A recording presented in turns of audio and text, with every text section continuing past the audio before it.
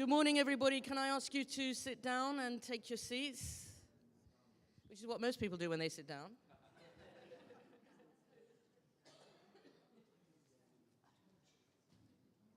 Good. I'm very keen to start because, as you all know, we've got a very packed program and we can't afford to get behind. My name is Karen Newman. I'm from the Liberal Jewish Synagogue in London, and I'm also glorying right now in being the Deputy Chair of Liberal Judaism. Thank you. It's my huge and great pleasure and privilege to introduce our speaker this morning, Michael Uygur. Michael is, as you all know, the Chief Executive of the Board of Deputies of British Jews. It's not easy. I've never felt a pinch point more crucial of 4 Jews, 5 opinions than on the floor of a board meeting. Michael, his bio is in the book. There are very few communal jobs Michael hasn't done or been very, very close to. He came to us from UJIA, and he has been an amazing, steadying influence on the board as we've moved in these choppy waters of recent years. Some liberal communities aren't sure exactly what the board does, so I'm really glad that Michael's here to clarify that. We all get off the bus at a different place. Me, I get off the bus at around the point of the kosher washing up liquid, but for me, that's not the point. I want to live in a country where for people for whom kosher washing up liquid is important, they can have it. And the people who fight that fight every fight, we don't have to do it because it's the board that fights that fight every fight. Michael, the floor is yours. You are most welcome here.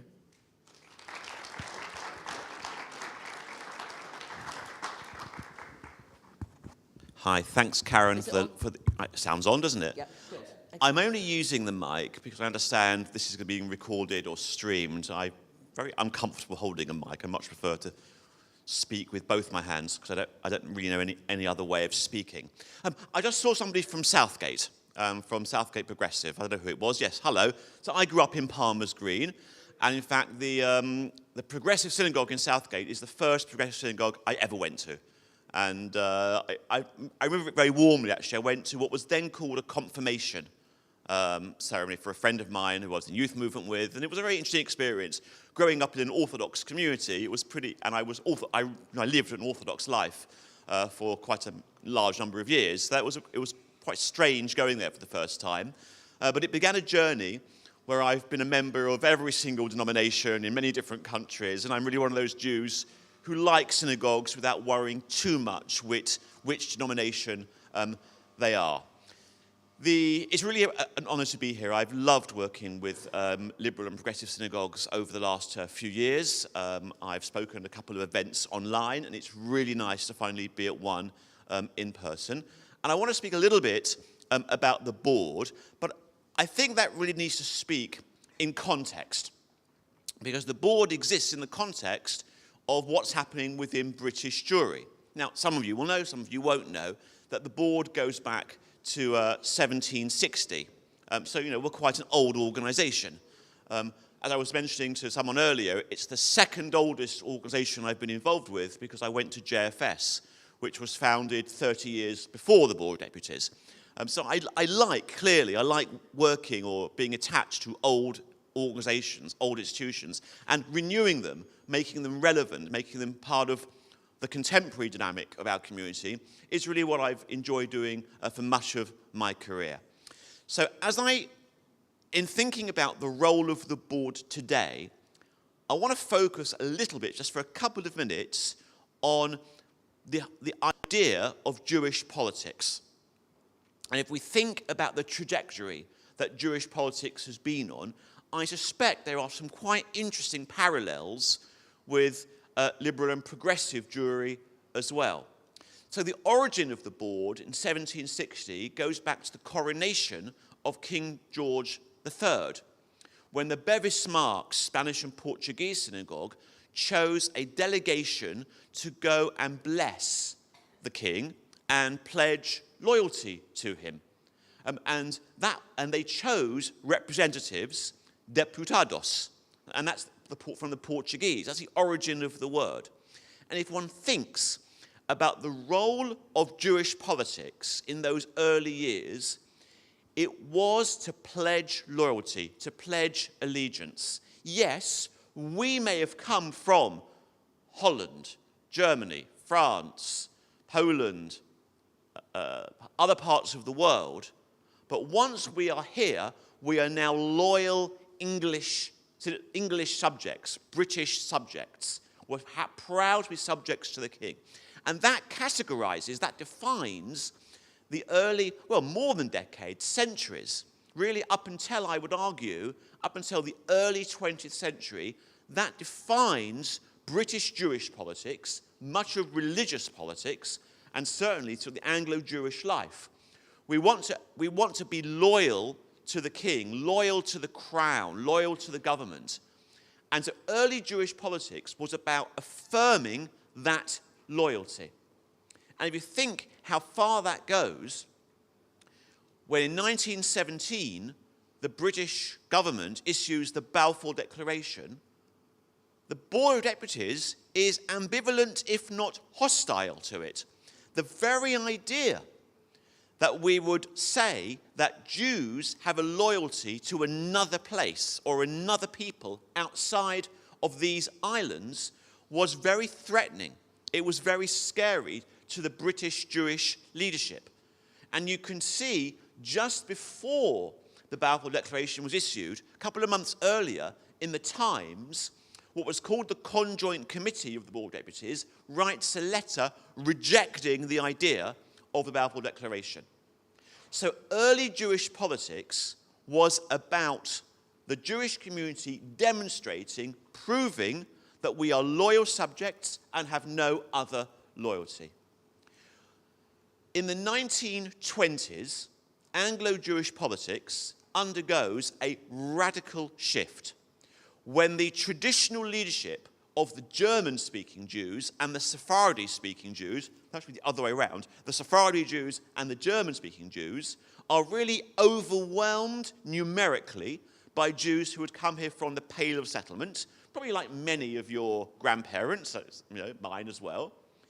And this new Ashkenazi, more working-class proletariat-type leadership is actually very comfortable both with their Jewish identity and with what's going on in Palestine. And using Zionism, they really take over much of British Jewry. I won't say everything. There are pockets that remain ambivalent towards Zionism right through until the Holocaust and then the establishment of the State of Israel. But one can see a real shift. And so the next wave of Jewish politics becomes about Jews fighting for Jewish rights wherever they might be. And that becomes a really important part of the Board of Deputies mantra as well. And by the way, there are parallels to this happening in Jewish communities across the world. So rather than being obsessed with proving our loyalty to our government, we recognize, and I think the events of the 20th century are going to justify that shift. Now it becomes about fighting for Jewish rights wherever they might be. But that's not the end of it. As one moves on through the 20th century, there are additions now. So we're going to replace that model. That model will remain true until this day. But we'll see that Jewish politics will shift. And as Jews become more confident, both in their own communities and in the work they're doing for Jews around the world, you'll then start seeing Jews as Jews fighting for the rights of other causes, of other issues. And what's sometimes called the new Jewish politics is Jews organizing on behalf of, it might be gender issues, racial issues, disability issues, whatever it might be. Or it might be fighting for persecuted communities around the world, wherever they might be. And so latter Jewish politics is really about there being a Jewish voice to fight for global causes, whatever they might be. Often it's framed as tikkun olam. I'm sure many of you know often that expression, repairing the world. Sometimes it's called social justice, and different communities use different words. But one can see this progression in Jewish politics over the last couple of hundred years, fighting for ourselves in this country, fighting for Jewish rights anywhere, and then fighting for global causes as Jews. Where I get worried about this is when Jews start to think, well, I will fight for those global causes, but I don't need my Jewish identity in order to do it. And that's when, of course, one starts to see Jews leaving the Jewish community. And by the way, that affects Jews in every country of the world, in every denomination. That's just an issue, I think, of early or coming towards mid, but early 21st century life. That change is happening. The Board of Deputies reflects all of those trends, and we can see absolutely all of them. And I consider it an absolute privilege to be at the professional head of this organisation, working alongside a fantastic set of honorary officers and an executive and deputies generally. And so I want to spend just a few minutes looking at, well, particularly actually all three of those trends and how the board has got involved with it. So first of all, that first one, our status as Jews in this country. It is extraordinary to me that in the 21st century, British Jews had to fight for our status as Jews in this country. But that was the toxic legacy that we were left under the Jeremy Corbyn leadership. And I'm very proud that the board, together with the JLC and the Jewish Labour Movement and other communal organisations, stood up as a community to Jeremy Corbyn and said, your version of the Labour Party will not be acceptable to us. And it is to the credit of the Labour people who saw Corbyn out and the Labour leadership that has replaced Corbyn that we are now in a situation where Jews can vote for any political party of their choice in this country. You want to vote Conservative? Fantastic. You want to vote Lib Dem? Fantastic. You want to vote Labour? Fantastic. You want to vote Green? Wonderful. Any party you want to vote for, I think we're now in a position where Jews can once again vote based on their values rather than what a leadership might do to the Jewish community. And this campaign, which the board was very involved with, both under, well, particularly under Johnny Arkush's leadership and then by Marie van der Zyl, our current president, I think was tremendously brave. It was very, very unusual for the Jewish community leadership in our era to take a stand against a major political party, but it was just right that they did it. And we as a community, all of us, can be very proud that when the push came to the shove, our community leadership stood up and was prepared to say, as you'll remember, enough is enough. I am aware there are Jews out there in the British Jewish community who backed Corbyn and backed Corbyn's vision of Labour, were aware of them. They were a minority. I personally, and we as an organisation, thought they were wrong. But you know, I have to acknowledge that there may be some in this room, and I respect that, I acknowledge that. But I don't regret for a second the decision that the board and other Jewish organisations took in saying no. The second paradigm, or second model I presented, was the idea of British Jews fighting for the rights of Jews around the world. And that shift that took place, particularly in the 1920s and then on with the rise of Nazism and the establishment of Israel, the board, of course, did become a Zionist organization. Your own movement went through a similar journey in different ways, of course, and your youth movement proudly affiliated to Netzer some decades ago. And that also was a really important move, where British Jews said, actually, we recognize that there are some causes outside of Britain that on behalf of the Jewish community, we must be involved. And I would say probably 3 or 4 of the most important ones are the establishment of the State of Israel, the fight for Soviet Jewry and other diaspora juries, and I had a third one. It's just slipped my mind, and it will come back to me. Oh, no, that's in the third paradigm. So I will certainly come to that. Oh, of course I remember it. Holocaust Memorial, right? Memorializing the Holocaust, and of course, what's Yom HaShoah, the Holocaust Memorial Day in the Jewish calendar, just a week after the end of Pesach, is of course also part of the board's heritage. And there are other examples as well. But the board does take a very central role in fighting for Jewish rights throughout the world. We're part of the World Jewish Congress.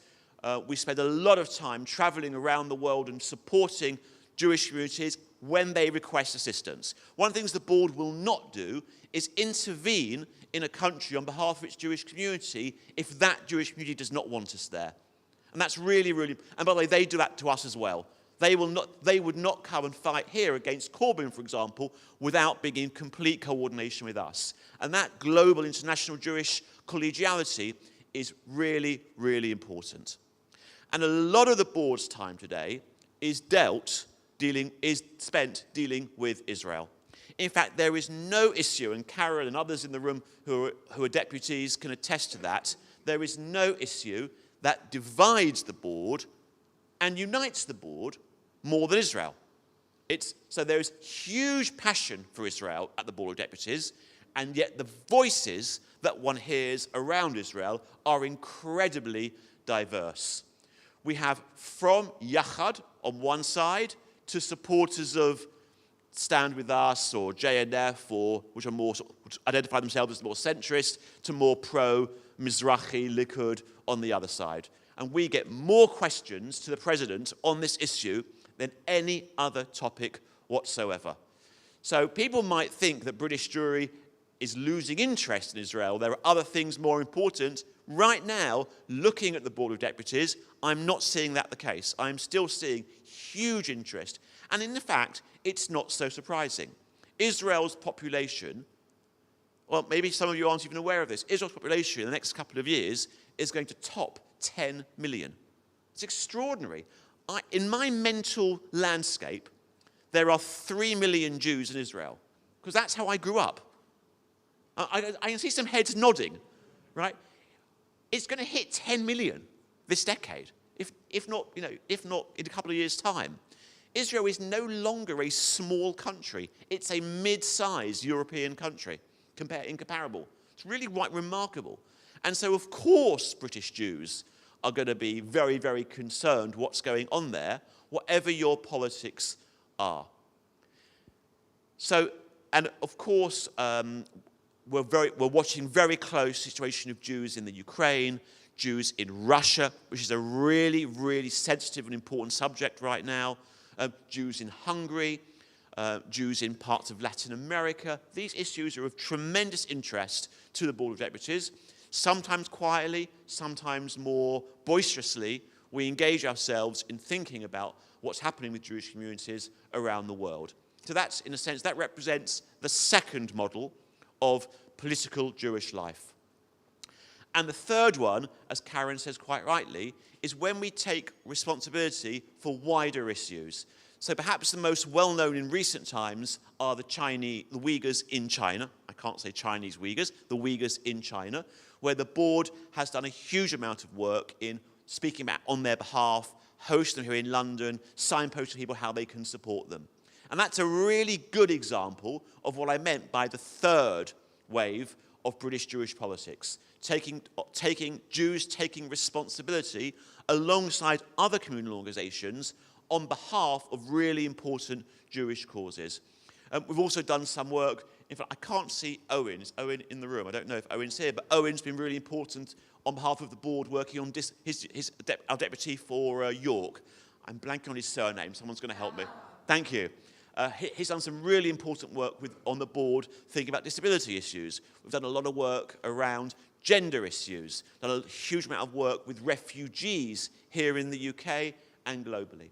And that represents the third wave of Jewish politics and how the board has got involved with it. Really thinking deeply, what are the causes that matter to all of our Jewish community, and what can we as the board do to give voice to those ideas and struggle on their behalf. So that's a little bit about how the board has seen and does see itself. Now, how do we do that? We do that through democratic representation.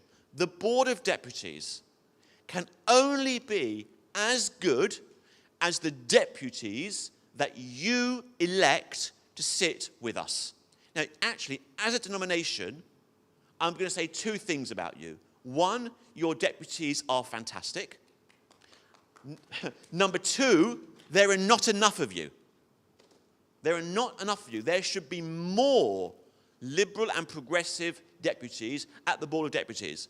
So please go back to your communities and say, are we fulfilling our legitimate quota at the board? If you've got no deputies, send one. If you've got one or more deputies, but you're entitled for more, send them. Also ask yourselves, are you paying your full whack? Are you putting on your synagogue bills the £30 for a year per family unit, per unit for the board? We do not go out to the major donors of the community and raise £500,000, £200,000. We don't do that. Our power comes from our democratic representation and from the £30 that you put on your synagogue bills, and hope it's a voluntary contribution, and hopefully pay. The entire Board of Deputies budget is just over £1 million. We don't need more than that to function.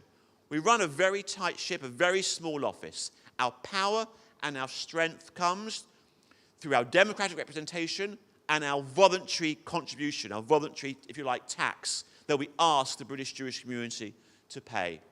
You send deputies, they represent you at the board. Now, your deputies don't always agree with each other. That's fine. They can be left-wing, they can be right-wing, on British politics. They can be left-wing or right-wing on Israeli or global politics. I don't care. What I care about is that they've got your community's interests at heart, they've got British juries' interests at heart, and they are sensible. Let me say that again. They are sensible. Okay? We have a very, very small, tiny number of deputies who take up a lot of Karen's time, who are not sensible. Very small, but they exist. Right? So please, send us wonderful, centrist, sensible, progressive deputies. That is what I need from you, because the better that your representation is at the board, the better your values and concerns will be heard, and the better British jury will be in terms of the work that we have to do. Why does this matter? Well, I couldn't believe this until I joined the board.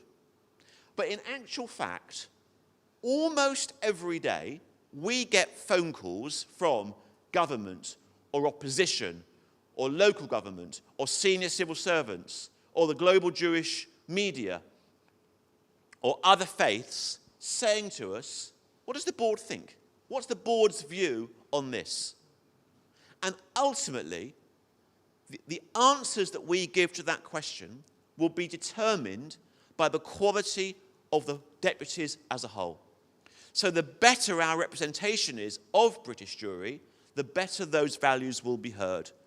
Out there, the board is recognised as the democratic, legitimate, representative body of British jury. It's recognised when we're called on by government or opposition or other faiths.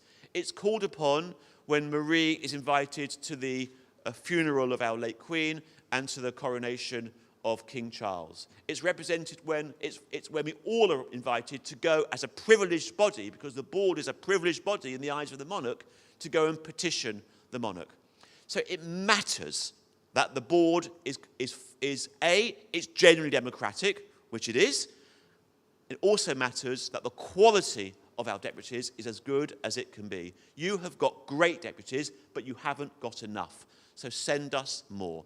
I can see some hands up, and I'm actually going to stop, and I'll take as many questions or comments people have until Charlie or Karen tells me it's enough. There's no question in Oxford's mind of the value of the Board of Deputies, and we're very supportive. But our deputy is just stepping down. How do I convince anybody to take it on? And what is the commitment? Okay. So I'm really hoping that what I said just now would motivate you to have an answer, because it matters. It matters that Oxford is represented at the Board of Deputies by a wonderful deputy. The time commitment will range minimally from 2.5 hours a month on a Sunday morning. That's the minimum. Plus whatever you want to do locally to feed in to what your deputy does. The maximum could be being president of the board, which is pretty much a half-time, if not a full-time job. And there is everything in between those two extremes. So deputies can be on a committee, and which will be a couple more hours a month, or they could be on one of the divisions, in which case it would probably be 5 or 6 hours a month, and anything in between. So really you've got a full range of options, but the minimum is to come on a Sunday and give voice to your community at the board. Do you work on Zoom? Yes. All meetings are hybrid now. Yes, absolutely. Which makes a big difference, of course. By the way, it's had a negative effect in the old days, pre-COVID, we would get close to 200 people coming on a Sunday. We now, if we get 100, we're lucky. But they're all there on Zoom. And so we've actually worked out quite well. Leo is here. Leo has done a brilliant job with us. Absolutely, deserved. Okay, so it's... in making the meetings hybrid. Rabbi Leah, and then Alex, and then Ruth. So I'm going to keep it short, but it's not a... Sorry, there you are. Here. It's not a question, it's a comment, because I really wanted to thank you also personally for the strong stance you took when Smotrich came to visit. I know it wasn't totally easy for the board, but I think for us as progressive Jews, it was really important that the lessons we learned from the Corbyn era was not just that we must defend ourselves, but that we cannot, when we say others need to stand up for us, expect to welcome with open arms racists who attack others. So thank you very much for that very clear stand. Thanks, Claire. So yesterday we had a meeting of Rabbi Josh Levy and myself talking about the new progressive movement, and round around the room, as we heard from people, one of the things that was really highlighted was the hope that with the new progressive movement that actually our representation, while we are definitely represented on the board, and I agree with you, we need more deputies, certainly the board's association with the United Synagogue as the default, and the chief rabbi of the United Synagogue being the default figure, is often one which is a struggle for our communities, and often means that we, however democratic it might be, it's not always the visual. And there is a real hope from our communities that with the emergence of a new progressive Jewish movement, that actually the board might support us in ensuring that the religious representation and the board's association might develop. Yeah. I didn't break my own rule by not really having a question there, but right. I mean, the point is very well made, Rabbi Charlie, and well taken. There's a 200 and whatever it is, 50-year history here that I think is a little bit of a challenge. I think having had the first reform president with Marie, which is extraordinary, in 250 years, the first reform president is currently the president of the Board of Deputies. I mean, it's amazing that it took so long, and we are there. But I think your point is very well made, and it will be something which will need to be looked at further. I don't disagree with you. Yeah. Hi.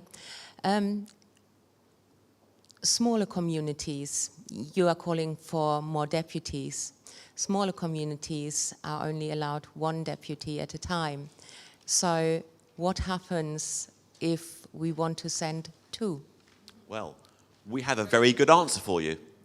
So you can certainly, particularly with under 35-year-olds, you can send observers. So we have a whole system in place for under 35s to be observers.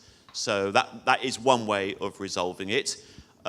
I don't really, at the moment in the current organisational structure, have a solution to send more deputies if you are a small community. I mean, Karen's on the Constitution Committee, and I think you would agree with that answer, wouldn't you? There isn't a solution for people who are older than 35. That's rather ageist of us in the other direction.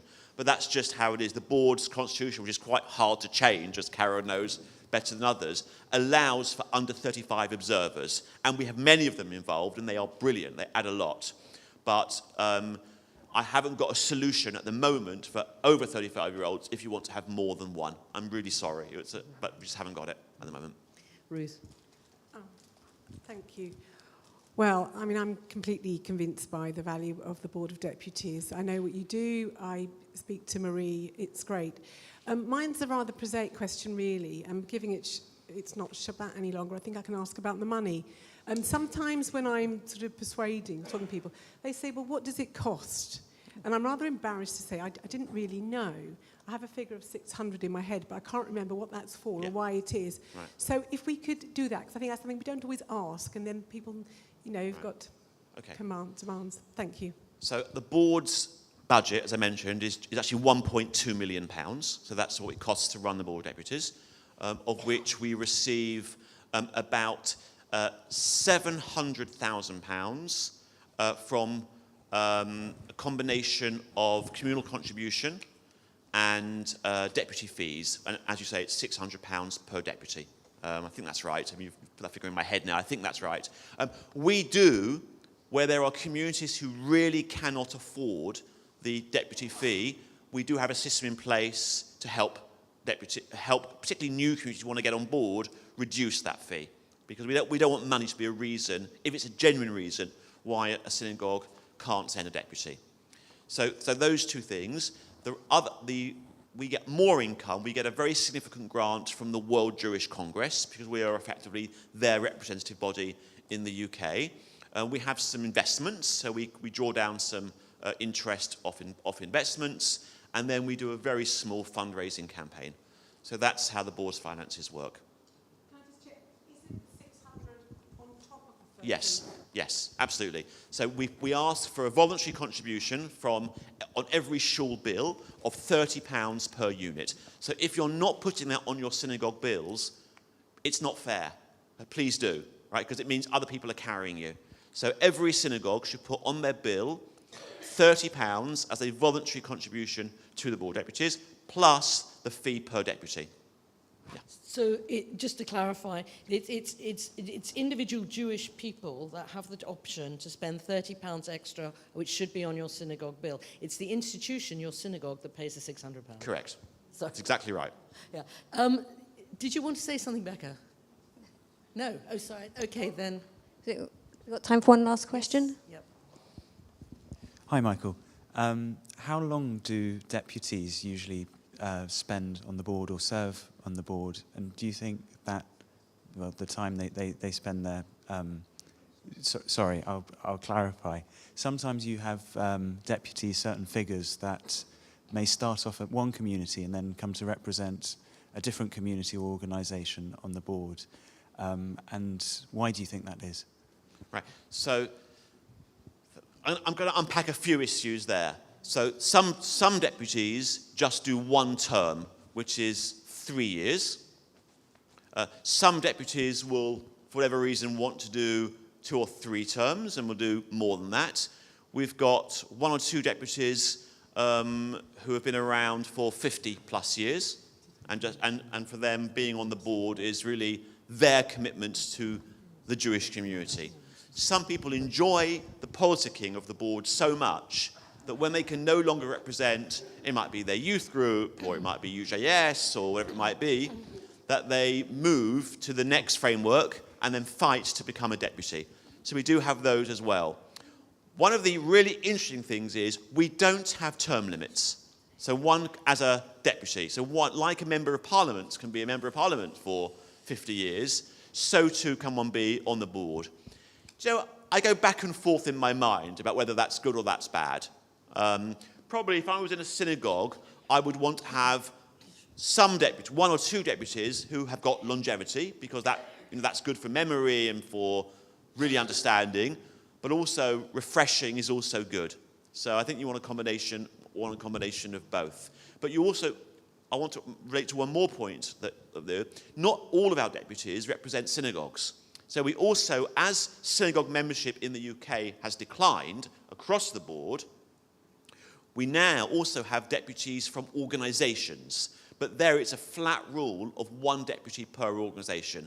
The only 2 exceptions to that rule are UJS, which I think is allowed 8, and AJEX, which has, do you remember how many AJEX has? Yeah, so AJEX, again, for good historical reasons, a British jury have more. Did I answer your questions? Yes, okay, great, We've got brilliant. time for one quick, I hope it's quick, Mark. Yes. Hi, Mark Shaw, Southgate. Southgate, excellent. Communication. So I think the board does a great job communicating the voice of British jury to whoever. Is there any work to do on the communication within?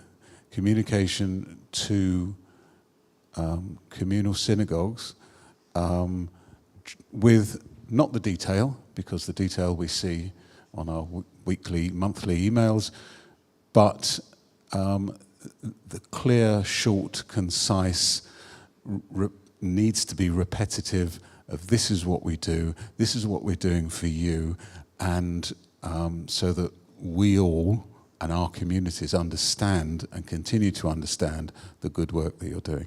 Well, so could we do better? 100% yes. And then, what do we have? So we have 2 short films right now, which explain the work of the board. We have a document which is 1 page long, and another one which is 6 pages long, which say what the board has done in the last year. Those have all been sent to your deputies. So what I can't do is make the deputy share it with the community. Right? We send it, it's there. So, and if anyone wants it, just shoot me an email via the board and I'll send it to you. But we have just produced the updated version, 1-pager, of what the board has done in the last year. So we do what we can. I totally recognise it might not be enough. And I know we're about to finish, so just one more thing to share with you.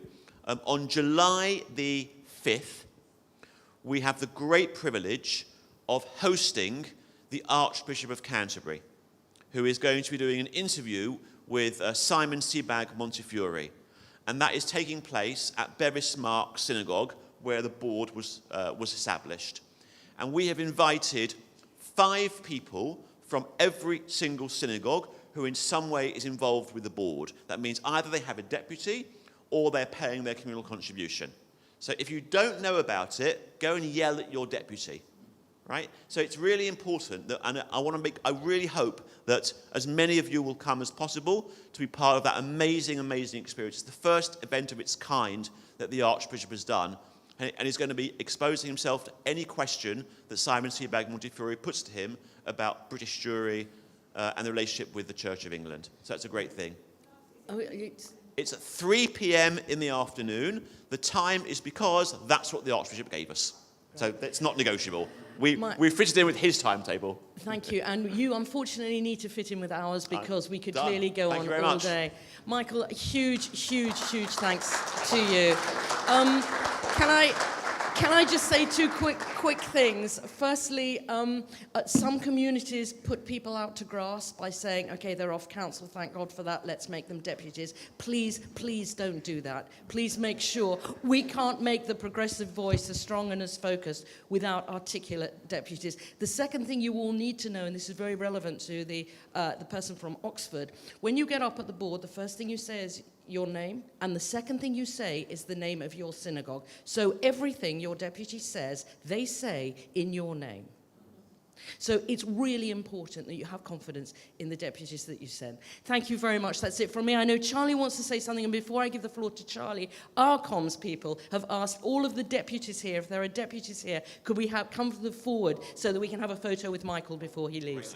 But just Charlie. wait 1 second, and let me tell you, the sessions are about to start in 1 minute, so we're going to go. But I just want to remind you that Larry and Rabbi Rebecca Burke's session is in the Gloucester room, but it's not as advertised. It's the conversation across the Atlantic that was moved from yesterday. So it'll be a really great session. Larry, give us a wave. They're going to be in the Gloucester room. Thank you. Thank you, Michael. Yeah.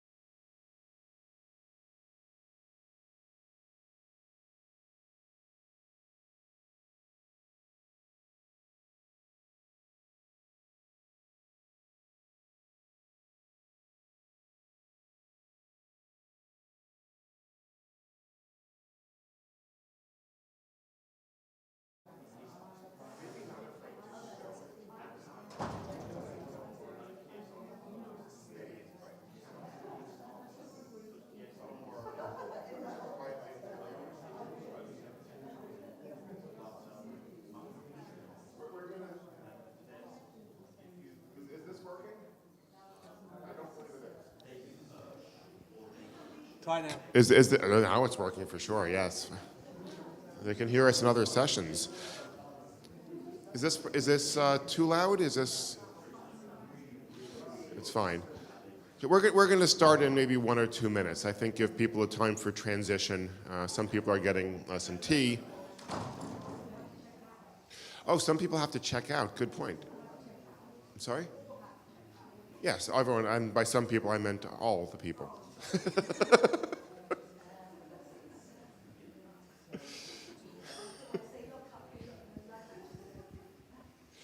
Oh, that's the fundraising program. They lock up the luggage and then they auction it to the highest bidder.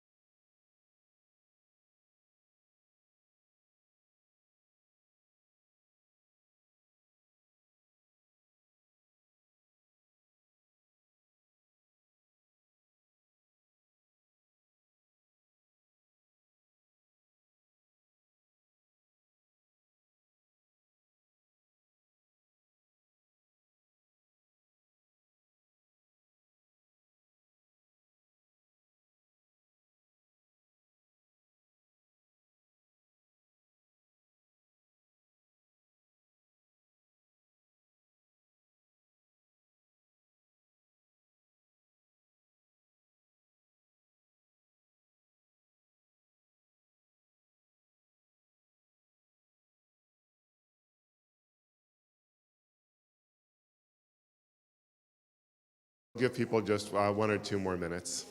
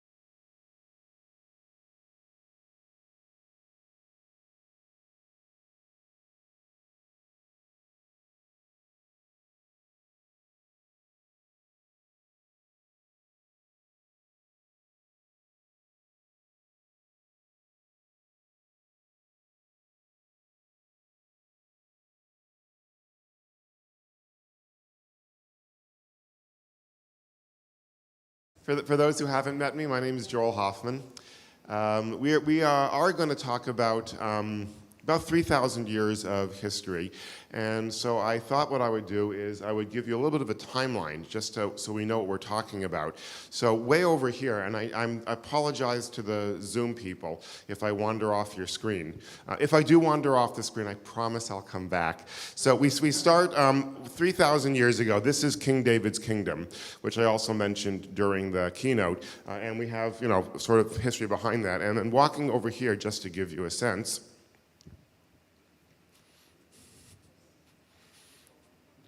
this is the conference that we're at.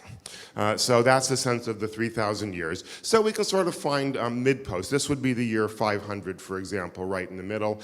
Somewhere around here is 1066, which is sort of a convenient date. This would be about a third of the way down. Over here would be the year 0, except there was no year 0. When they put the calendar together, they inconveniently forgot the year 0, so it goes right from +1 to -1. Or from 1 AD to 1 BC, or from 1 CE to 1 BCE, depending upon your preference.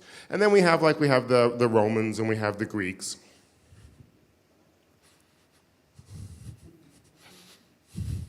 This would be about the, well, depending upon your point of view, either the founding of America or when the king lost the colonies, somewhere around over here. And just for comparison, like this little picture frame over here would be larger than your entire life.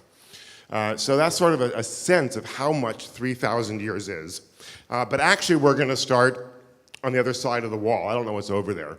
But we're going to start before 3,000 years ago. We're going to start about 6,000 years ago. It's a little bit like the Yiddish speaker who stands up and says, before I begin, I have a few remarks. So before we begin, we have a little bit of a pre-beginning. We're going to start on the other side of the wall. We're going to start 6,000 years ago. 6,000 years ago, there was no writing yet. And people are trying to figure out how to communicate. And someone got the idea that they could draw, I'm a little bit tired from walking over 3,000 years. Someone got the idea that they could draw little pictures of animals. And next to the pictures, they could use hash marks to indicate the quantity of animals. And this was important if you were into livestock, which pretty much everyone was, because what else could you do with your life except livestock 6,000 years ago? If you were, for example, giving somebody 7 goats, and you wanted to send a messenger with the 7 goats, you had no way before this of indicating it was 7 goats. You had to tell the messenger 7 goats, and then the messenger would show up to whoever you're giving the goats to, and he would say it's 7 goats, but you'd have to trust the messenger. You could not write down the fact that you were giving him 7 goats. And then someone got the idea, and it seems obvious to us now, but someone got the idea that you could draw a picture of a goat and make like 7 hash marks. And this was, believe it or not, an enormous leap forward for humankind. This was an unbelievable advance. For the first time in human history, people could communicate at a distance. For the first time ever, you could tell someone not in front of you something. If you'll pardon my grammar. You could tell something to someone not right in front of you. It was an incredible leap forward. You could draw the goats, you could write the hash marks, you could send the emissary. However, it was limited. You could not, for example, write, P.S., please say hi to your wife for me. You could maybe draw a picture of the wife, but that may or may not do good things for future business relations. It was nonetheless, and that's 6,000 years ago. That's like, if you picture the length of this room going way out into, I don't know, it's like the 3rd hole in the golf course or something. I don't know what it is. And that was a huge leap forward.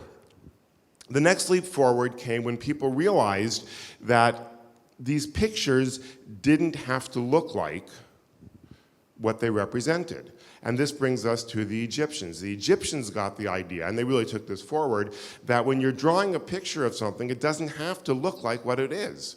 That it's actually arbitrary. And in fact, they'd already had that idea, because when you draw the picture of the goat, you're really like just drawing like little stick figures. You're not like actually drawing a goat. You're not drawing like the ears or like the inner parts of the ears. It's not a photograph. It's reasonably abstract. There's a comedian actually who says his kid drew a picture of something, and the comedian looks at his kid and says, "What is that?" And the kid says, "It's our house." And the comedian takes his kid outside and says, "Do you see how it's not?" It was abstract. The Egyptians said, well, gee, we could draw pictures of things that are very hard to draw. It's one thing to draw a picture of a goat, but how do you draw a picture of, let's say, yesterday?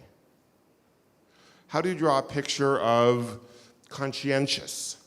How do you draw a picture of, I mean, even things like the sun? You have to have some agreed upon way of doing this. And that's what the Egyptians did, and these are called icons.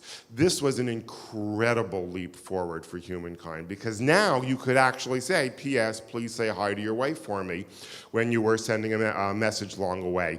The icons did not have to look like what they represented. And we actually still have icons, and more, as I'll tell you in a minute. But just for example, what is this? It's a heart. That's right. How many chambers does the heart have? 4. This looks nothing at all like a heart. The human heart has 4 chambers. This looks nothing at all like a heart. It's an icon. It's an agreed upon way of drawing things. And we use it in all sorts of things, like in the famous I Heart New York, I Love New York. I don't know if you have bumper stickers on cars here, or if you call them bumper stickers for that matter. But if you do, and if you do, some of them might say like I Heart London or things like that. But I suspect they probably don't do that here, do they? You're not allowed to have stickers on your car? What if you really, really love London? So anyway, we digress. So the point is, we use the heart for love. If we actually used a picture of a heart, it would kill Valentine's Day forever. Like, you know, if you sent someone a card, I saw this icky, yucky, drippy thing and I thought of you. You'd never get a response to that. We have other ones. What does a triangle on top of a square represent? A house. There are no houses that look like that. I've seen houses, they do not look like a triangle on top of a square, but that is a modern icon for house. That's what the Egyptians developed. And now we actually have emojis. We have more icons than we did 10 years ago or 20 years ago, or certainly than 50 years ago. And you have to know what they mean. You have like a smiley face is like, ha ha ha, but it's not really a smiley face. It's like, it's the 2 dots and the 1 dot and the little thing. And then there's like an upside down smiley face, which does not mean like a frowny face, like turn that frown upside down. The upside down smiley face, it turns out, means the same thing as the right side up smiley face, just more whimsical. So if you want to be whimsical, you send it up, it's like, I don't know what that is. And if you've looked at your phone, there are all kinds of things on that phone. There is, for example, on my phone, a symbol that looks an awful lot like Instagram film, Instamatic film. Do you remember the cameras from a long time ago that you had a cartridge you would put in? And it had a spool on this side and a spool on that side, and you were connected, and you would just pop the spool in, and you'd take 12 pictures, then you would send it to whoever you'd send it to, and you'd get the photos in a week. So I have an icon like that of that old film on my camera, on my phone, which I use for a camera. And it turns out that what that actually represents is not the film, which nobody uses anymore, but it actually means I have voicemail. Because what it really represents is a cassette that nobody uses anymore. Remember the cassettes from the answering machines that we thought was the coolest thing in the world, like in 1982? And so that's the icon. And what this shows us is that the icons are sometimes pictographic, but sometimes antiquated, and sometimes completely and totally arbitrary. The Egyptians took this forward. They developed some 3,000 symbols. And now they could write down anything they wanted. And this is what made Egypt into a great society. And we're still, by the way, in the introduction. We haven't started yet. We're still on the other side of the wall. The Egyptians could write down anything they wanted. Now you could convey information, not just person to person, but you could convey information across space and throughout time. Now you could learn from somebody a generation before you, but also 3 or 4 or 5 generations before you. Now, for the first time, people could amass knowledge. People could learn from, people could compile libraries. People could consult people who had died. People could write reference books. This created Egypt. And they knew it. There is a surviving document from Egypt that talks about this. It talks about it in the context of how it worked. The 3,000 symbols were too difficult for the average person to learn. You could not reasonably expect the average person to learn 3,000 symbols. First of all, because their lives were so short. Nowadays you have like childhood, and then you have the preteens, then you have your teenage years, and then you have like you're a young adult and you're finding yourself, and then you have apparently there's a quarter-life crisis that I don't remember it existing way back when, and it's like 25 years to 30 is when you have your first crisis. Why wait till middle age? You can practice when you're 25 to 30. And then like you have like, you're a young adult, and then eventually you become an empty nester, and then finally, in antiquity, you were a child, and then you were an adult, and then you died. People regularly died in their 20s. And if you lived into your 30s, you were having a long life. King Tut was 17, for example. Most of the characters in the Bible were teenagers. They were older teenagers. Abraham, Isaac, not that they existed, but had they existed. You couldn't possibly spend 5 years learning how to read and write. You had to spend those 5 years procreating and moving on with your life. So what they did is they had professional scribes. And the scribes mastered the systems, and the scribes mediated the reading and the writing. So let's say you were a doctor. And they had very advanced medicine in antiquity. If you were a doctor, you would ask a scribe to write down what you knew, and you would ask a scribe to read to you the information from 2 or 3 generations prior. And so the scribes really mediated everything. And that was the drawback of the system. You needed the scribes. Without the scribes, you could not have this system work. And the doctors relied on the scribes, and the politicians relied on the scribes. And this is really what made Egypt go. They had a fantastically advanced medical system. In ancient Egypt, they could do a C-section on a woman, and she would live to give birth again. I don't think they could do that in this country 150 years ago.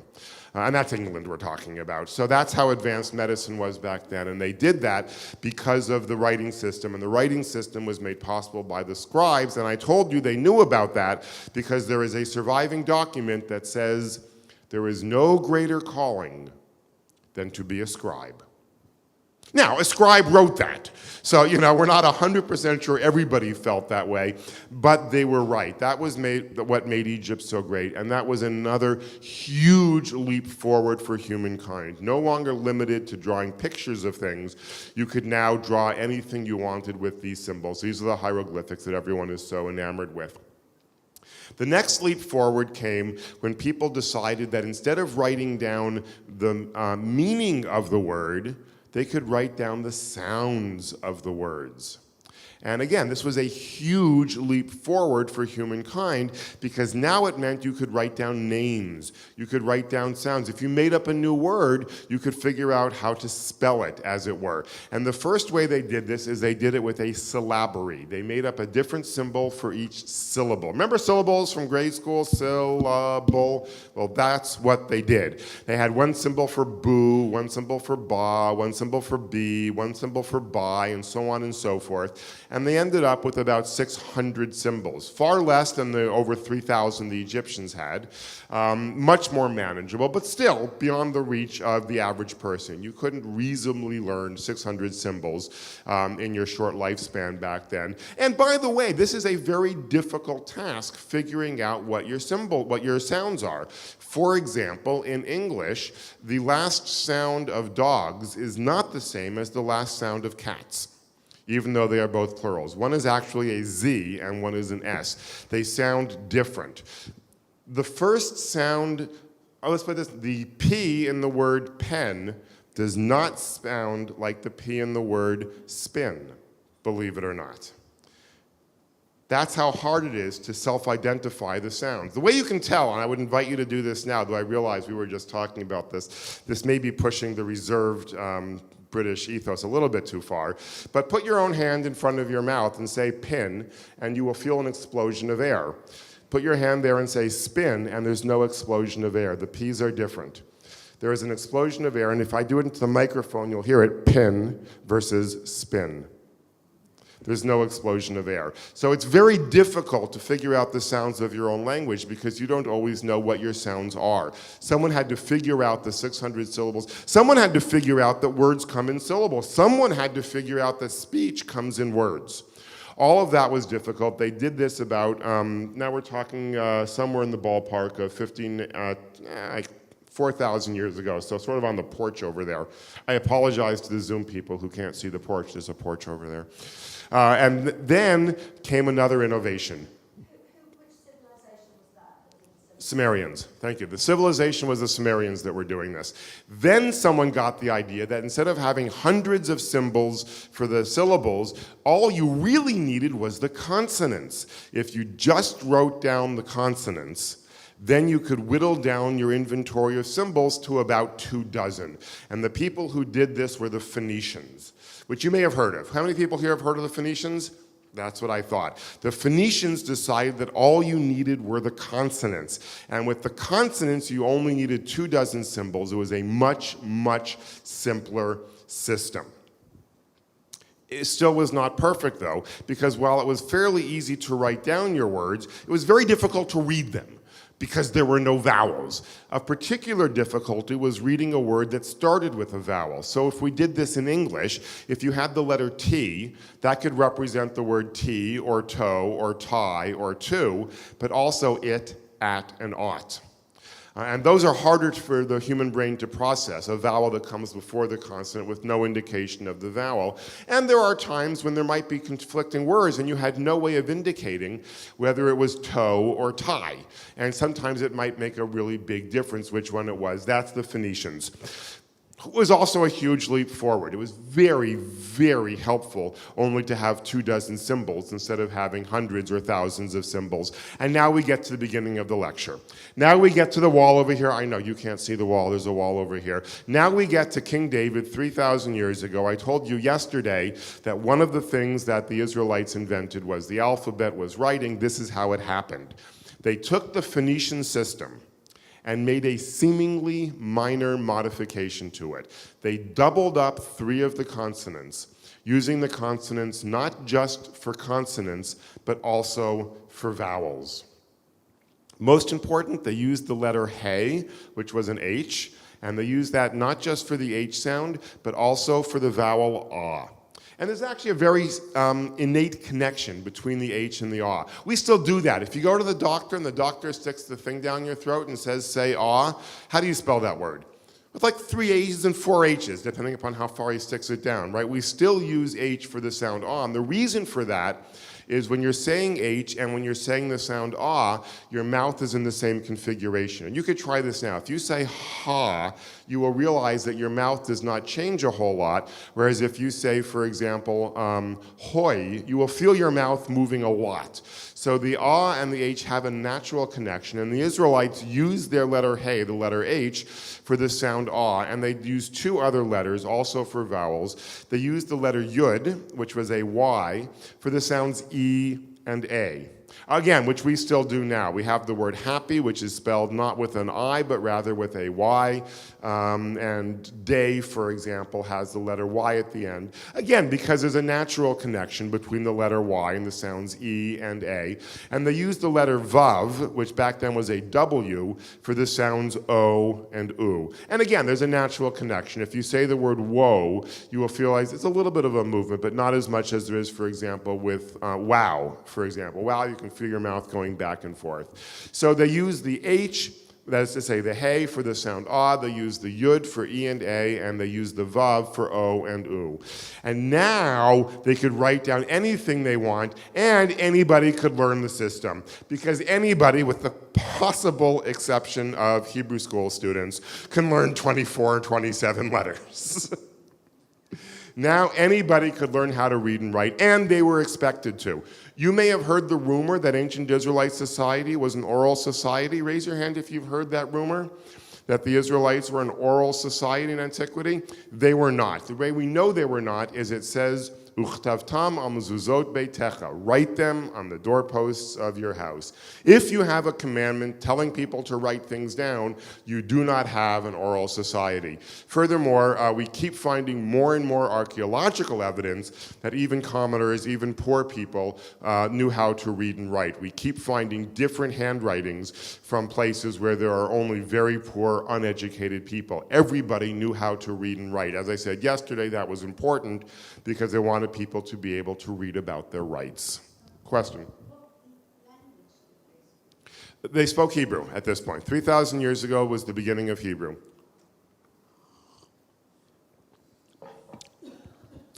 This is what made writing possible.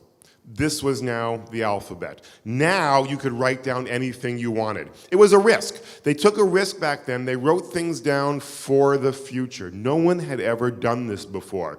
It used to be that if you wanted to keep something alive, what would you do? You would memorize it.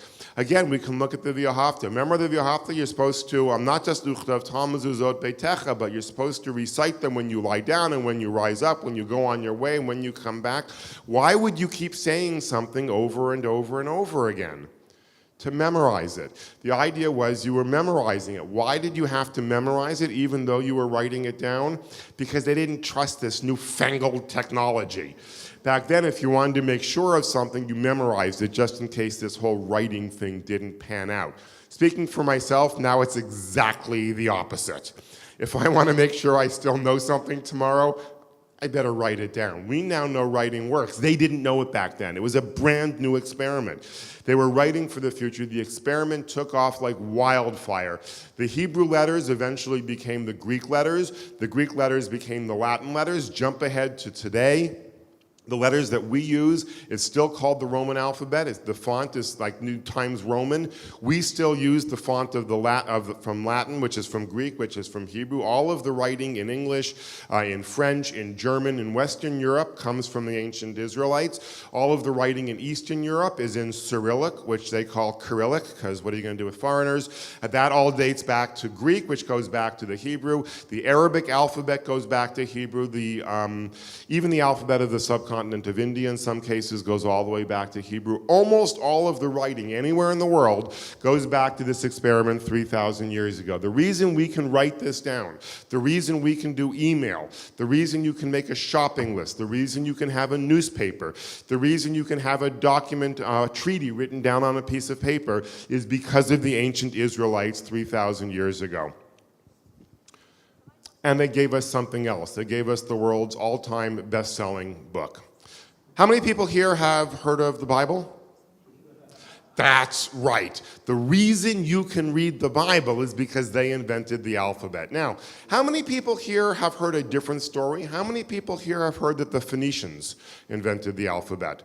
Does that ring a bell for people? I know that is what is still taught in some universities and in some schools, that the Phoenicians invented the alphabet. They did not. I asked you how many people have heard of the Phoenicians. How many of you have read any books by the Phoenicians? No, you can't, because they didn't have the alphabet.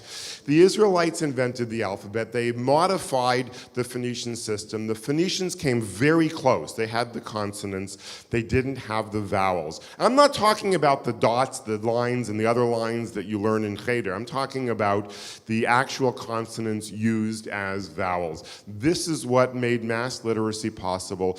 It is astonishing, something that has only been invented once across the whole globe throughout all of human history. Almost everything else, calculus was invented by two different people. Calculus is not easy. Gunpowder was invented in two different places. Kites, it's a pretty cool idea, kite, invented in two different places. The syllabic way of writing with hundreds of symbols was invented all over the world. The alphabet was only invented once. It was invented by the Israelites, the Jews, 3,000 years ago, right there on that wall in King David's kingdom. And this is what made everything else possible. And they seem to have appreciated the power of their system.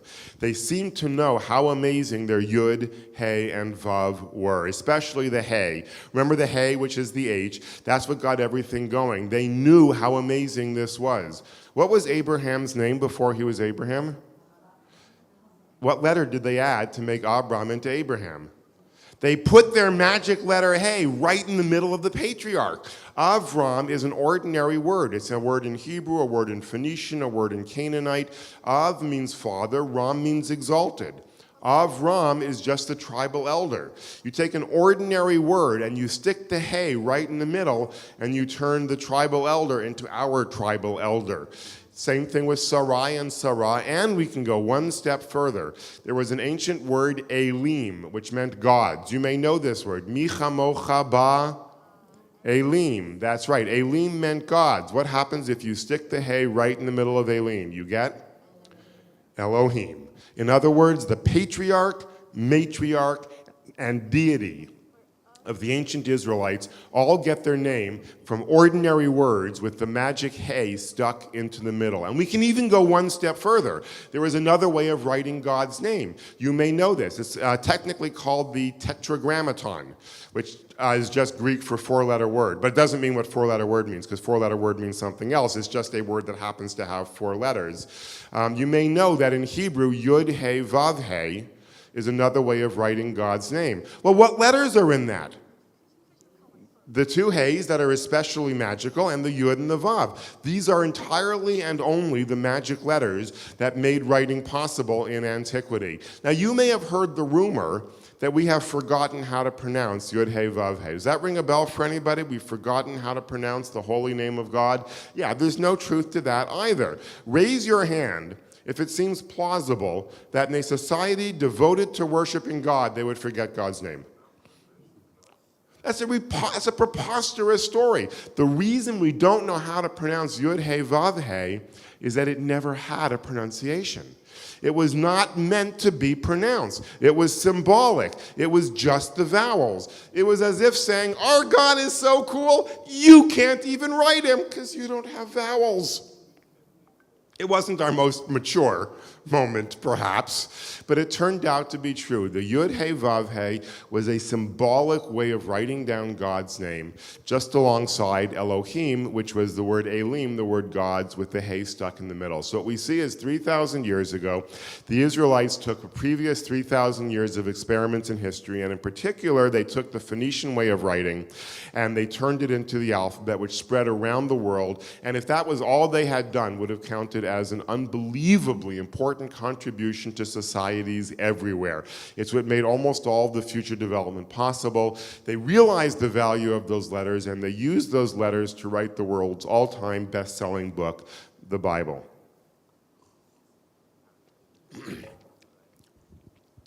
But here's what's interesting.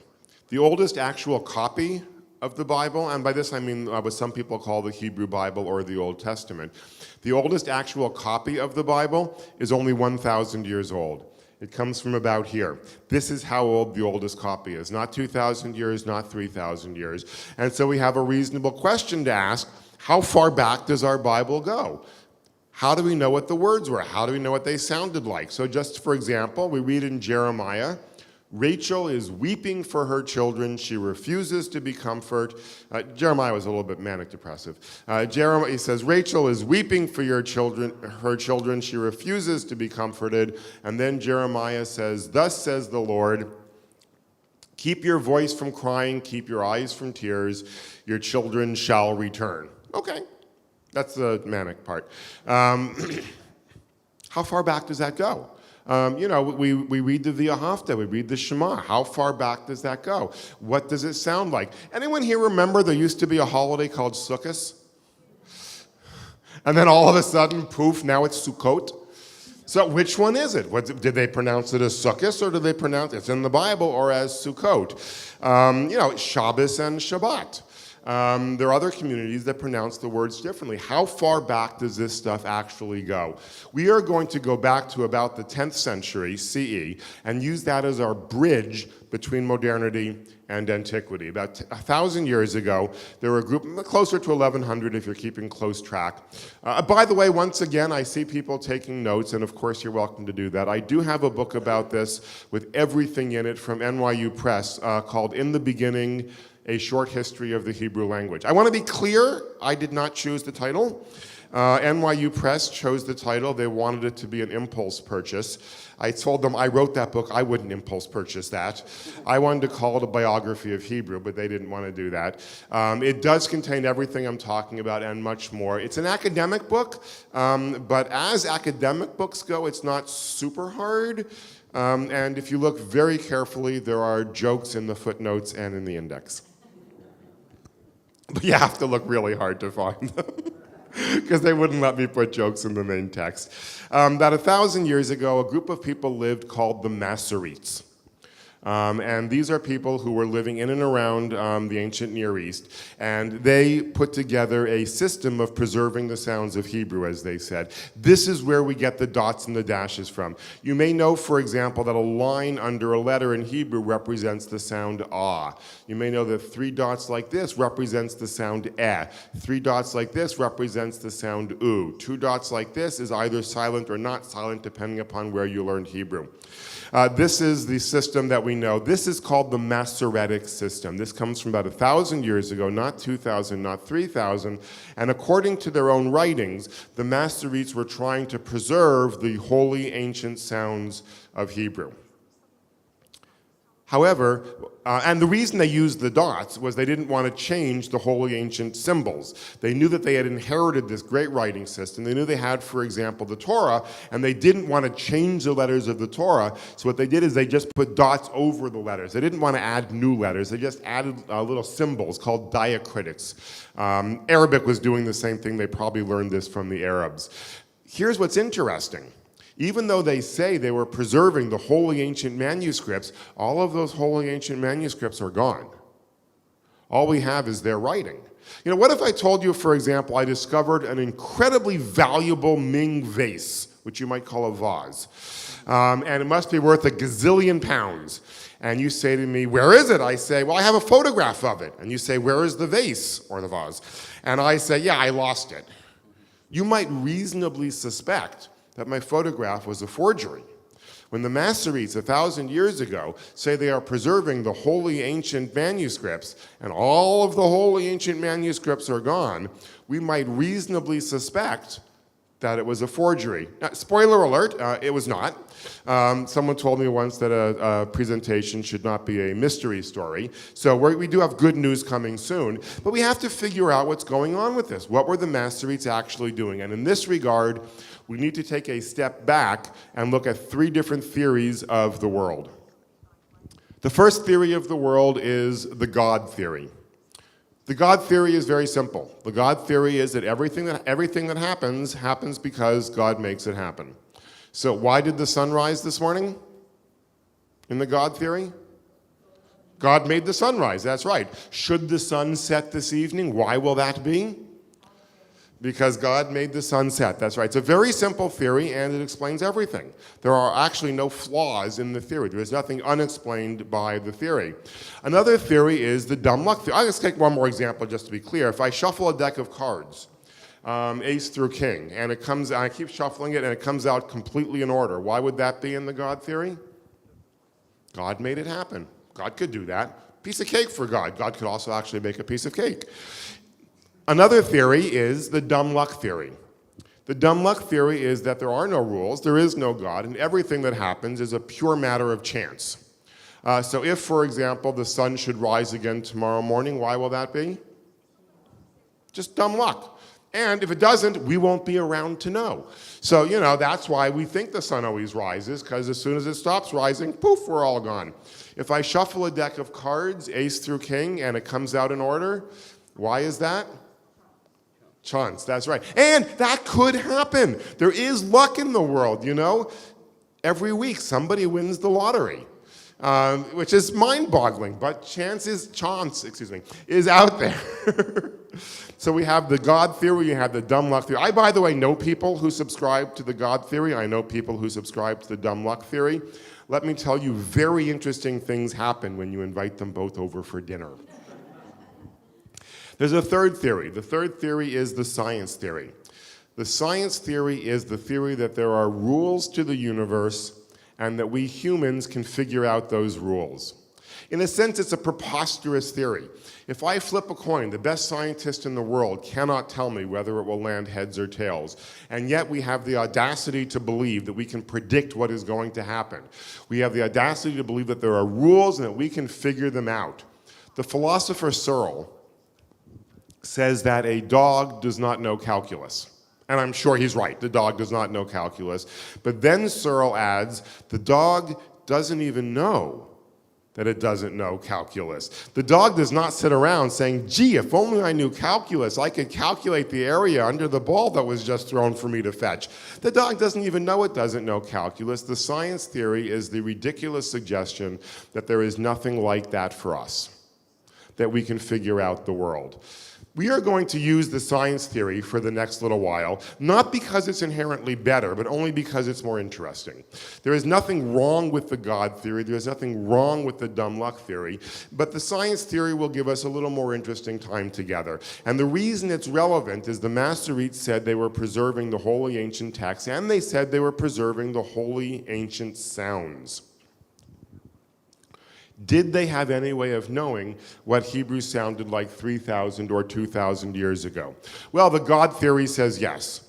The God theory says that these were God-inspired people and knew exactly what Hebrew sounded like. The dumb luck theory says, sure, maybe they stumbled across the right answer, but the science theory says no. The science theory says that you cannot figure out just by listening to how you speak, or even with an unbroken chain of oral tradition, what language sounded like a long time ago. And all we need do to verify that is look at English. How many people think that they know how Shakespeare spoke? That was only a few hundred years. That wasn't 1,000 years. That wasn't 2,000 years. For that matter, do you think that you have the same accent as even your grandchildren? Even in 2 generations, English has changed. That's only 2 generations. We're talking about dozens of generations over here.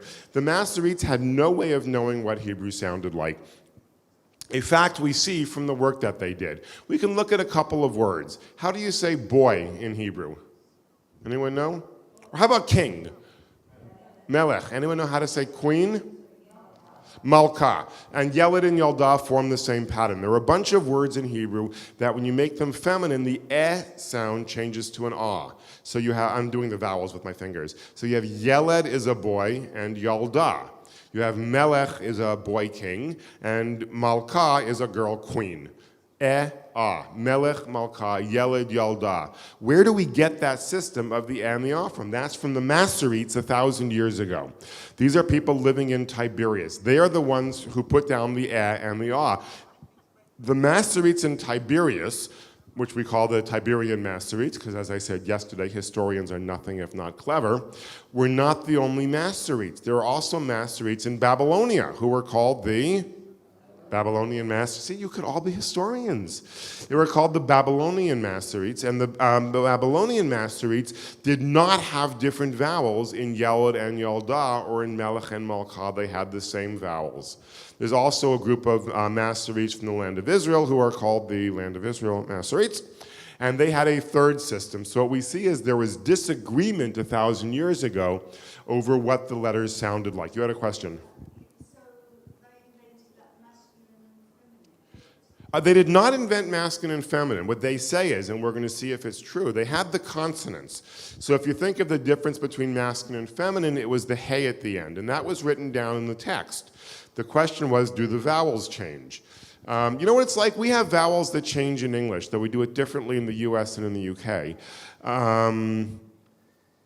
Sincere and sincerity is a good example. You don't say sincerity. You say sincerity. The word sincere becomes sincerity. And the other, if you had, what? Well, that's just 2 different ways of pronouncing the same word. But sometimes when you add an ending to a word, your vowels change. And that's what happens with Yeled and Yalda. And that comes from the Masoretes. And more generally, how do we know Rachel is pronounced Rachel and not Ruchel, for example, or Rochel, the way it is in Yiddish? You have a word Rivka. What's Rivka? Well, why is it 2 syllables or 3? Is it Rivka or is it Rebecca? Which one is it? We try and look at the Masoretes. Remember, the reason we're looking at this is that the Masoretes are our bridge between modernity and antiquity. We can see the Masoretic manuscripts. I have a facsimile in my office. You can look at it, you can see what they wrote down. We know that this is authentic. We don't know what the Masoretes were working with. And now we have troubling evidence. We see that they could not agree on the sounds of the unwritten vowels. We also have a question, did they make it up? There are some people who say the Masoretes just made the whole thing up. After all, there are no more ancient documents. So now we have to try and find out, were the Masoretes working from actual documents? How far back does the Masoretic, there's another example, Masorete, Masoretic. How far back does the Masoretic work go? Were the Masoretes reflecting sounds from 100 years ago? And what about the manuscripts? So to do this, we have to jump backwards. We're going to try and validate the Masoretic work. We jump back. What time are we supposed to be done with this? At 1:15 or at 11 o'clock? 11, right? Okay, good. It would make me so sad if you didn't get to hear the end of the story.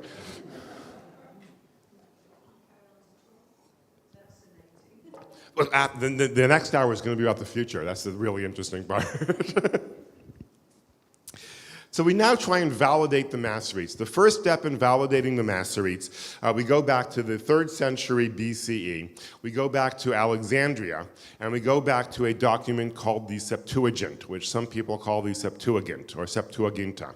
Septuaginta comes from 72. Well, it comes from 70, but we round it off. And the story is told as follows. The story is told that King Ptolemy, though in English we don't pronounce him Ptolemy, because in English we don't like words that start. We call him Ptolemy, the P is silent. Aaron Pankin, this is a side story, Aaron Pankin, alav hashalom, who died tragically too young, was president of Hebrew Union College, and when he was asked to spell his name, he would say, P is in psychiatrist. So we're going to call him King Ptolemy, we'll just swallow the P. King Ptolemy wanted to translate the Hebrew Bible into Greek.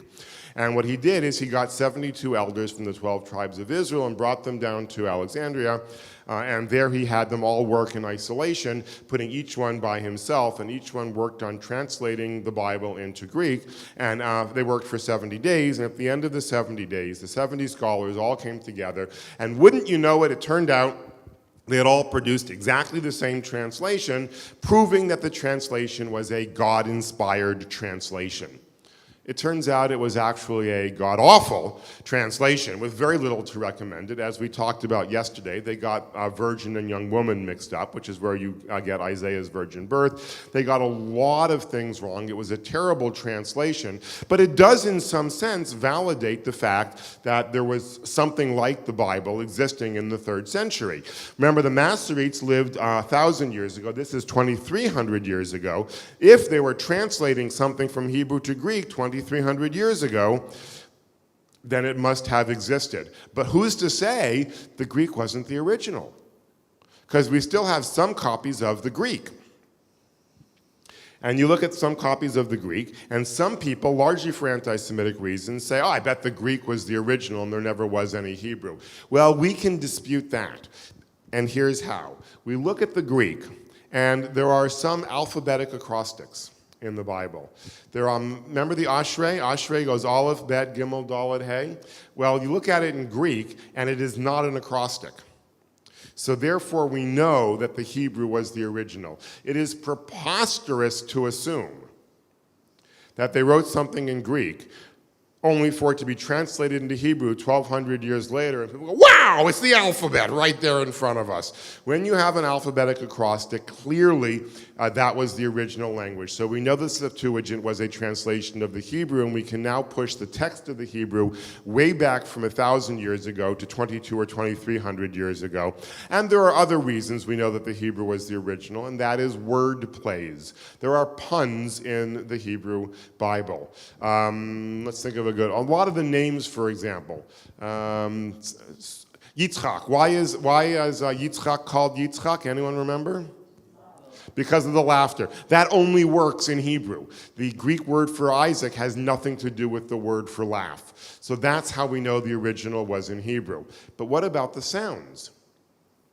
What did this sound like? Did they pronounce it Yitzchak? Now, there are lots of ways of figuring out ancient sounds. And in fact, when I was researching the book in the beginning, I thought I would just look up what the Hebrew sounds were. And the way most scholars figure out what the Hebrew sounds were is they base it on Greek. But I got curious. Well, how do you know what the Greek sounded like?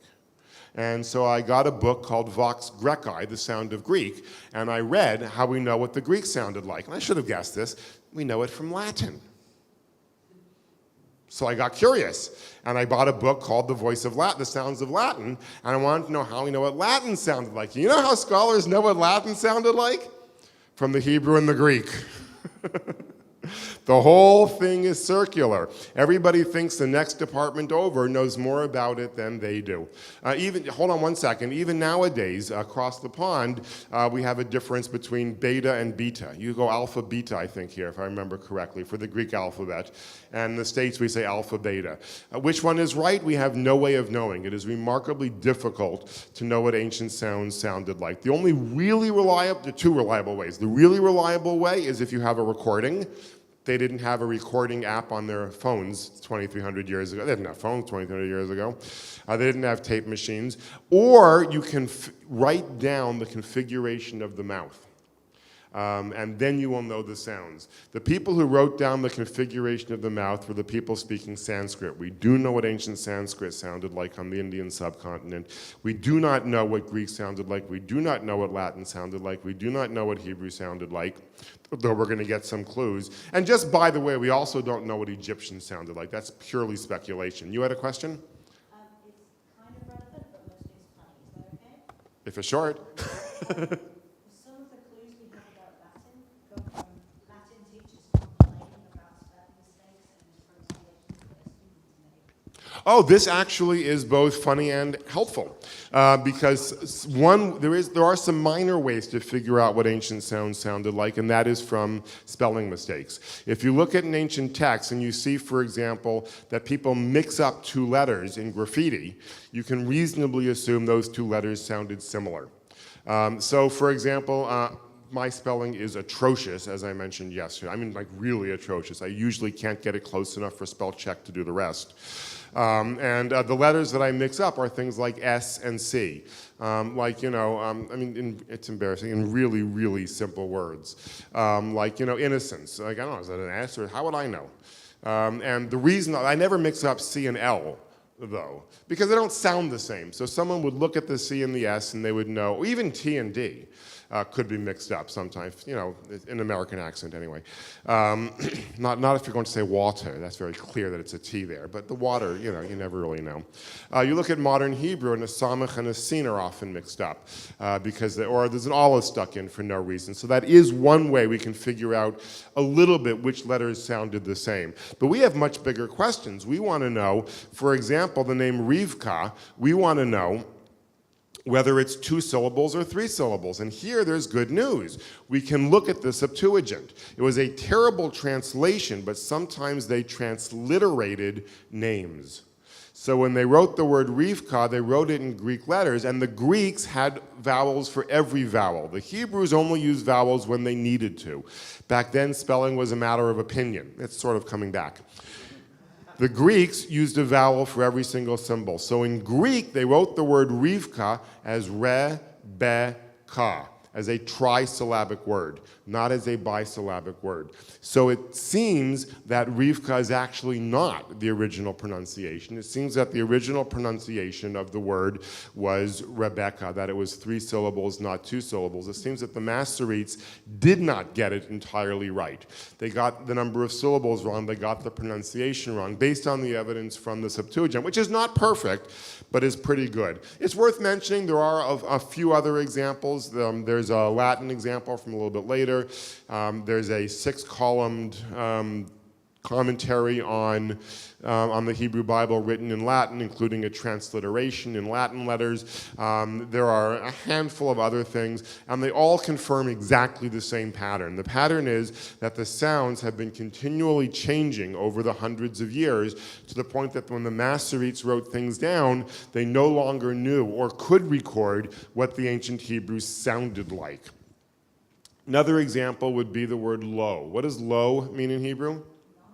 Not or don't or no, that's right. Now in the Bible that's written as only 2 letters, a lamed and an aleph. There is no vav in the middle indicating the O sound, as you might expect. So scholars said, see, they couldn't even get that right. The original pronunciation must have been la.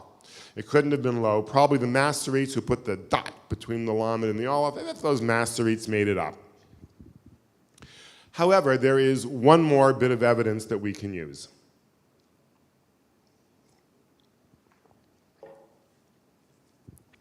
And for this, we jump ahead to the 1940s, where a Bedouin in the desert has lost his goat.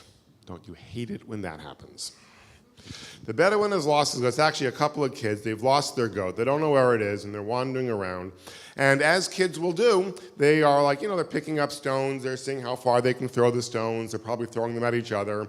One of the kids has a stone. He throws it, and instead of going thud, as a stone ought to on the desert floor, it goes bing. And he goes, that's interesting. But let's go find our goat. And they finally find the goat, and they bring the goat back, and everything is fine. But the kids are curious about the rock that went bing. So they go back, and they climb up a little hill, and they realize that there is a natural skylight of sorts into a cavern, which one could presumably enter, but from which one could presumably not exit.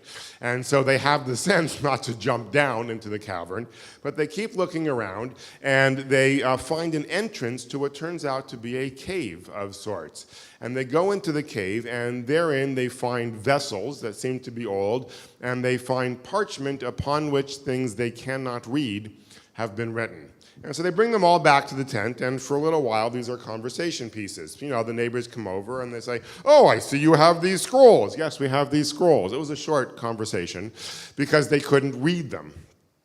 Then they got the idea that maybe they could sell the scrolls, and they went to a guy named Kondo, K with a K, who lived in Bethlehem. Kondo was a dealer in antiquities.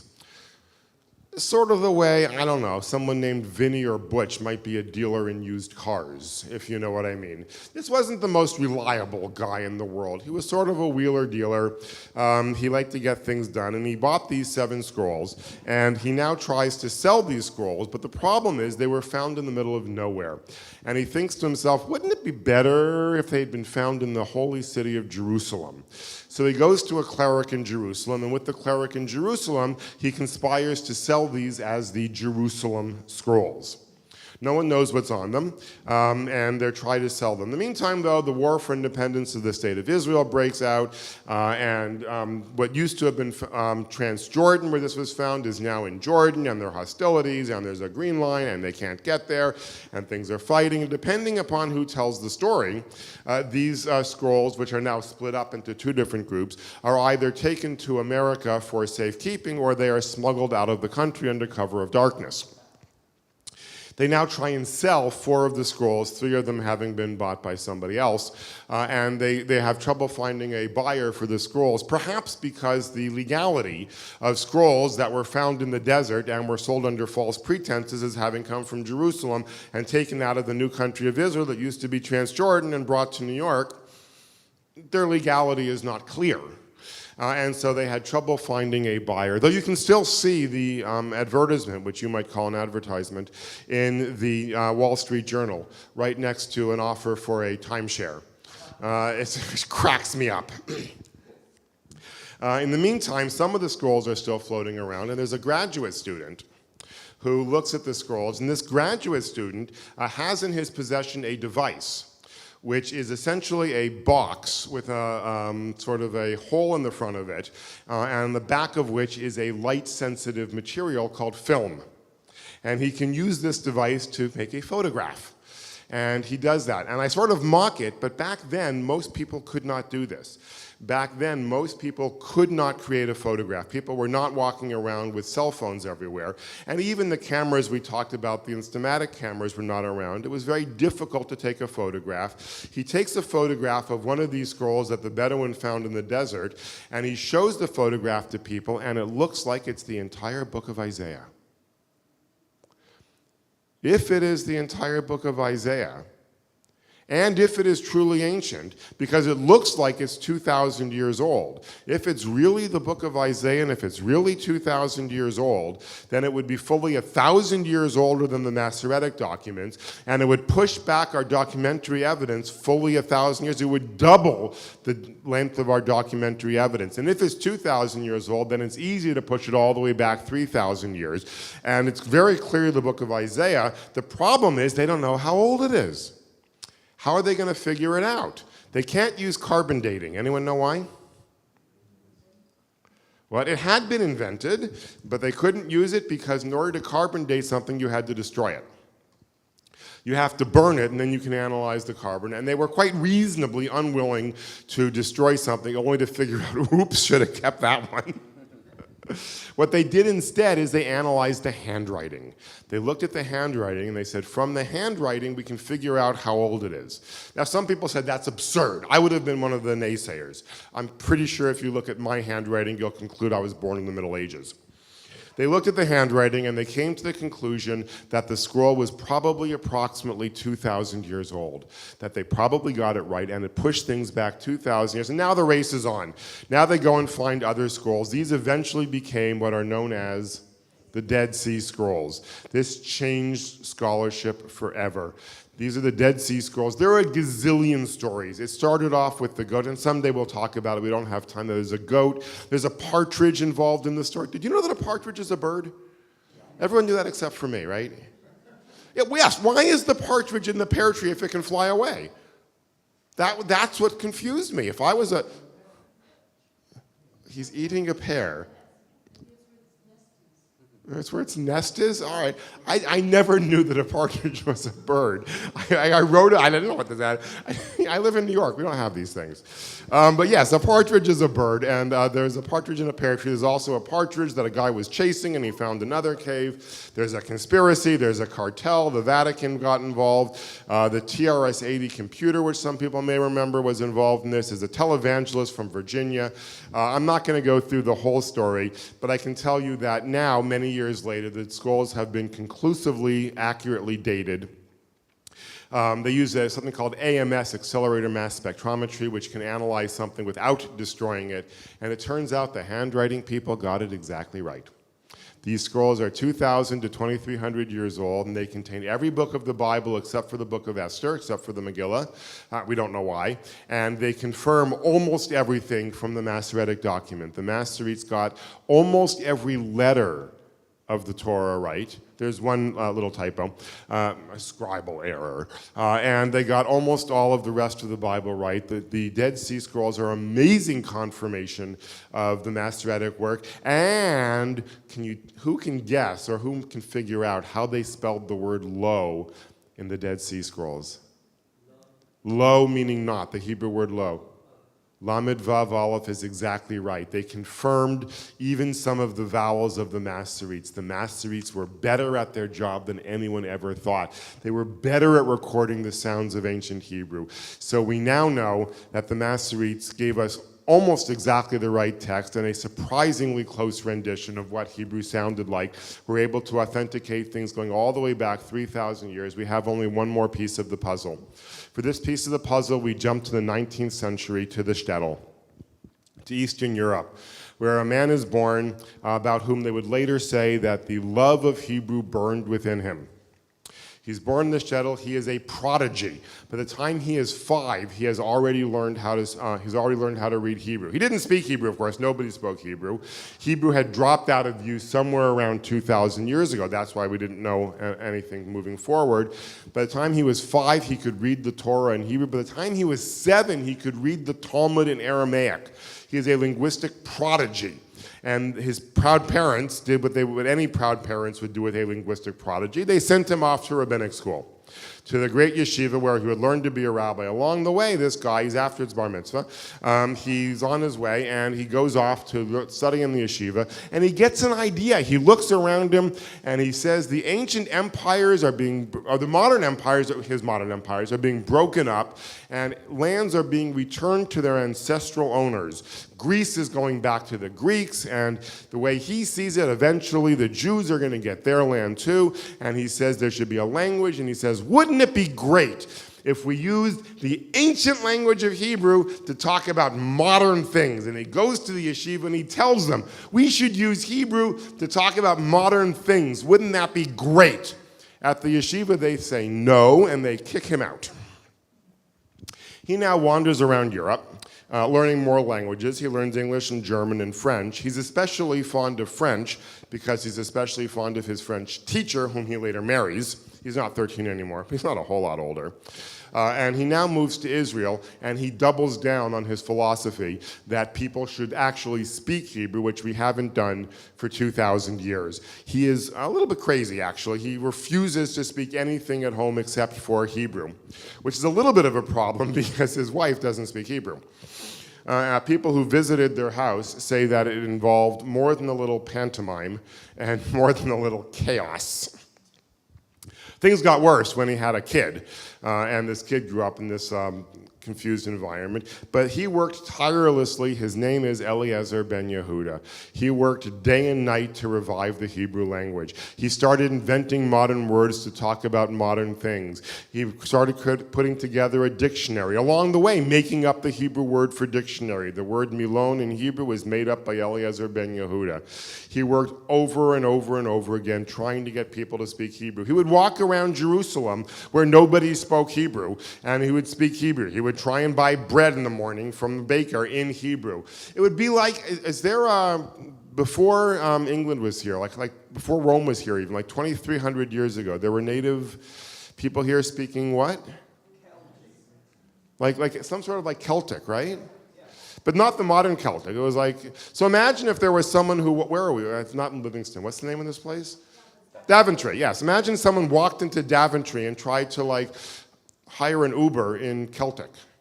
I mean, that's what this guy was like. That's what he was doing in Jerusalem. And this all came to a fore when there was a university to be built in Israel. And of course, the language of instruction was going to be German, the holy language of academia. They called this place the Technikum because it was going to be in German. And Eliezer Ben Yehuda said, no, why don't we have the language of instruction be Hebrew? People said to him, well, Eli, they didn't call him Eli. Well, Mr. Ben Yehuda, there are 3 problems with having the language of instruction be Hebrew. There are no textbooks in Hebrew. The faculty doesn't speak Hebrew, and the students don't speak Hebrew. It would be like somebody establishing a university in Celtic. Who exactly would go to that university? You have to go to Cork. What? Yes, but I'm talking about ancient Celtic, not the modern Celtic. I'm talking about the ancient Celtic that even the Celts don't understand now. So this is what Eliezer Ben Yehuda wanted to do. The project was put on hold because of the First World War, but then after the First World War, largely with the intervention of the American board, Eliezer Ben Yehuda won this fight, and instead of opening as the Technikum, the university opened as the Technion. And it was the first institution of higher learning in native Hebrew.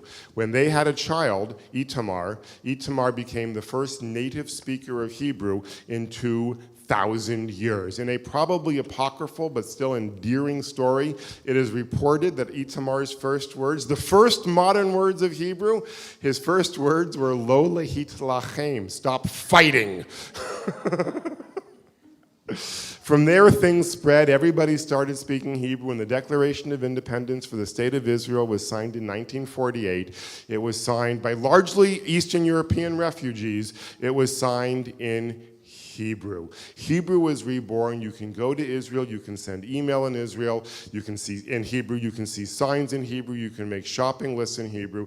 The language that was dead has been revived. We can now speak modern Hebrew. And we can go one step further. We can go back to Jeremiah. Remember Jeremiah?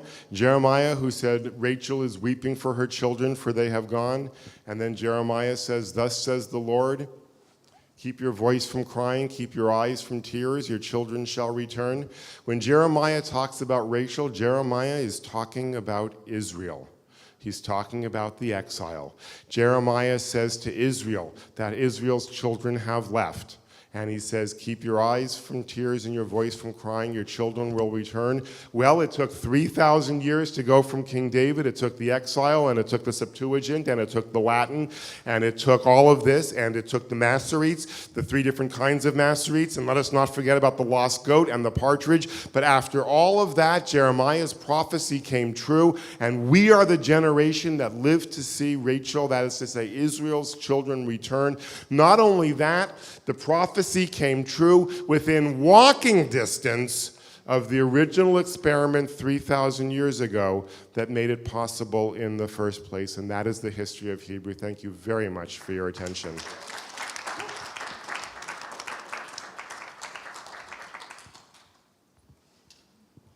We have 1 minute or 2 minutes for questions. Yes? Right. I must say that was absolutely fascinating. I just want to ask two questions in one very quickly. Some years ago in London, I heard Geza Vermes give an absolutely fascinating talk on the Dead Sea Scrolls. What language did the Essenes write or speak in? And where does Aramaic come in all your discussions? Two great questions. One about the Dead Sea Scrolls, which may or may not have been written by the Essenes. Let's assume they were. The Essenes spoke Hebrew. They wrote in Hebrew. They used a different font, but they wrote in Hebrew. And in terms of Aramaic, Aramaic was the lingua franca, the spoken language among the ancient Near East. So, for example, when someone from Jerusalem was doing business with someone elsewhere, they probably did it in Aramaic. I suspect, but I can't prove, that Aramaic was a slang form of Hebrew. I don't know that for sure, and we don't have time to go into the reasons, but I have reason to believe that Aramaic was a slang form of Hebrew. It was not considered a wholly different language. Sort of like Street English and the Queen's English, or even more we have a photographer in the room. Yes, that's a great question. Thank you very much. Aramaic. People say Aramaic was before Hebrew, but I have found no evidence of it. And I've seen no evidence cited. They say Aramaic came into existence about 1200 BCE as opposed to 1000 BCE, but I have not seen any evidence of it. It looks like Aramaic was just the slang. It was the spoken form, the informal form of Hebrew. Eventually, people only spoke Aramaic. By the time we get to the Talmud, 400s, 500s, people only spoke Aramaic. The Talmud was written in Aramaic. Jesus probably spoke Aramaic. The denizens of Jerusalem 2,000 years ago spoke Aramaic. The Dead Sea Scroll people probably also spoke Aramaic in addition to Hebrew. Great questions. Yes? Okay, I think this is the very last one. I'll give you the mic. Thank you. You said that we don't know how the ancients sounded, but do you believe that someone from King David's time could have a conversation with someone today in modern Israel? What a great question, Denon. Could someone from King David's time have a conversation with someone in modern Israel? Not a spoken conversation, but a written conversation. You'd have to be careful. There are a lot of words that King David wouldn't understand, like telephone and things like that.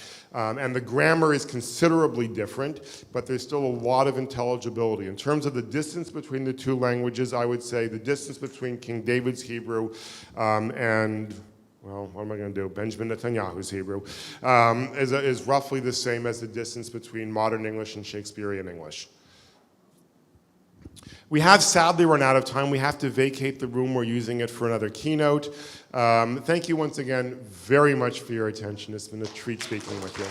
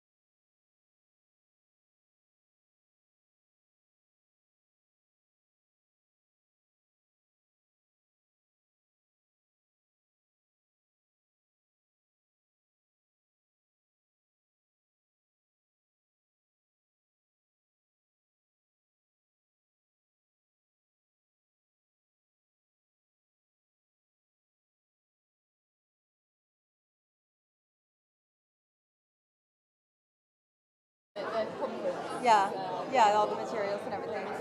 It's great. And his dad passed away on April Fool's Day. Wow. Which was very harrowing. Hopefully his dad had a good sense of humor. Yeah. Oh, then he would have appreciated Ready it. to go?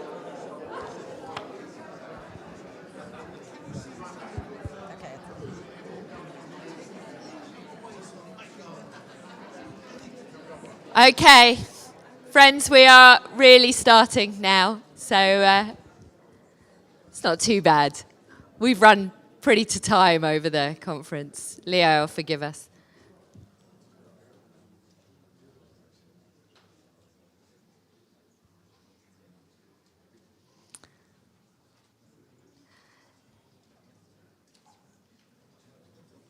So I'm really delighted that we have with us this weekend and on this stage this morning, Rebecca Soffer. Hopefully you've looked in the programme and read your bio, and I'm not going to give it again because I think that they're going to get to know you a little bit over the next hour or so. But Rebecca is the author of Modern Loss, an interactive guide to moving through grief and building your resilience. And I think after this session, you're going to want to get this book. I know some of you already have it and have been talking about it, but it will be with Janet in the reception. Janet will be packing up after lunch, but up until then, you've got a chance to get the book, and I think you're even going to be signing some for us. So thank you. Welcome. Thank you. It's a little bit odd in the middle of a conference where we're talking about liberal Judaism matters and lots of excitement in the room and energy, and suddenly we come to this point in the conference and we are introducing a new speaker and we're talking about loss. But before we kind of get into why I think it's so relevant that you're here, maybe tell us a little bit about Modern Loss, about the work that you do, who you are, in words that the bio can't tell us. Sure. Well, first of all, thank you so much, Charlie. Thank you so much to everybody here at the conference, everybody who's been so warm and welcoming, all the attendees who I met last night. It's been on my radar and on my highlight list in my calendar for many, many months now. So it's one of those things you can't actually believe is finally happening. I'm thrilled to actually have gotten here geographically. And I'm awake, which is also great with jet lag. So thank you so much. I'm delighted. And yes, why invite another American into this British coven here, and a really loud New Yorker at that, to talk to you about grief on the second day of your conference. It seems like out of left field, right? So I'll tell you a little bit about why I talk about this stuff in the first place. I'm shocking. I'm American. I grew up in Philadelphia, but I'm a New Yorker. Really? Amazing. There's one Philly person. Amazing. I'm a New Yorker. I lived there for 20 years in Manhattan. And I always wanted to be, I grew up, I know that there are a lot of people in this room who they work with end of life. They do pastoral care. They do hospice work. They do social work. There are so many people who I've met in the last day who, that's been their calling. They do death doula. They sing for the dying. They help the bereaved. And that is all really amazing, holy work, even if it's done outside of the auspices of religious structures. And I commend that. I was not one of those people. I didn't grow up wanting to be a social worker or a clergy person or a therapist or any of that stuff. I grew up wanting to be a journalist and an intergalactic DJ because I was a normal human child. That's what I wanted. And I still want to be an intergalactic DJ. And I think that it still is within the realm. I saw Jeff Bezos went to space for 30 seconds. So it may yet happen. But so I wanted to always, I'm a storyteller. That is what I do. My father had an advertising agency. My mother is a writer and a publisher, so I come from a family of storytellers. And I always wanted to tell stories that I felt were important, but in my own voice, right? And so with that, what did I do? I went to Columbia Journalism School for my master's degree, and upon graduating, promptly decided that instead of working for a newspaper or for, Live at 5 news broadcast, where it felt very sensationalized, just like it does, let's be honest, in the news here, I took a left turn and I started a job working for a comedian named Stephen Colbert. So is anyone familiar with him? Okay, he's literally, just rest assured, he is a mensch. He is the best. He's an awesome guy. I was a producer for his show called The Colbert Report.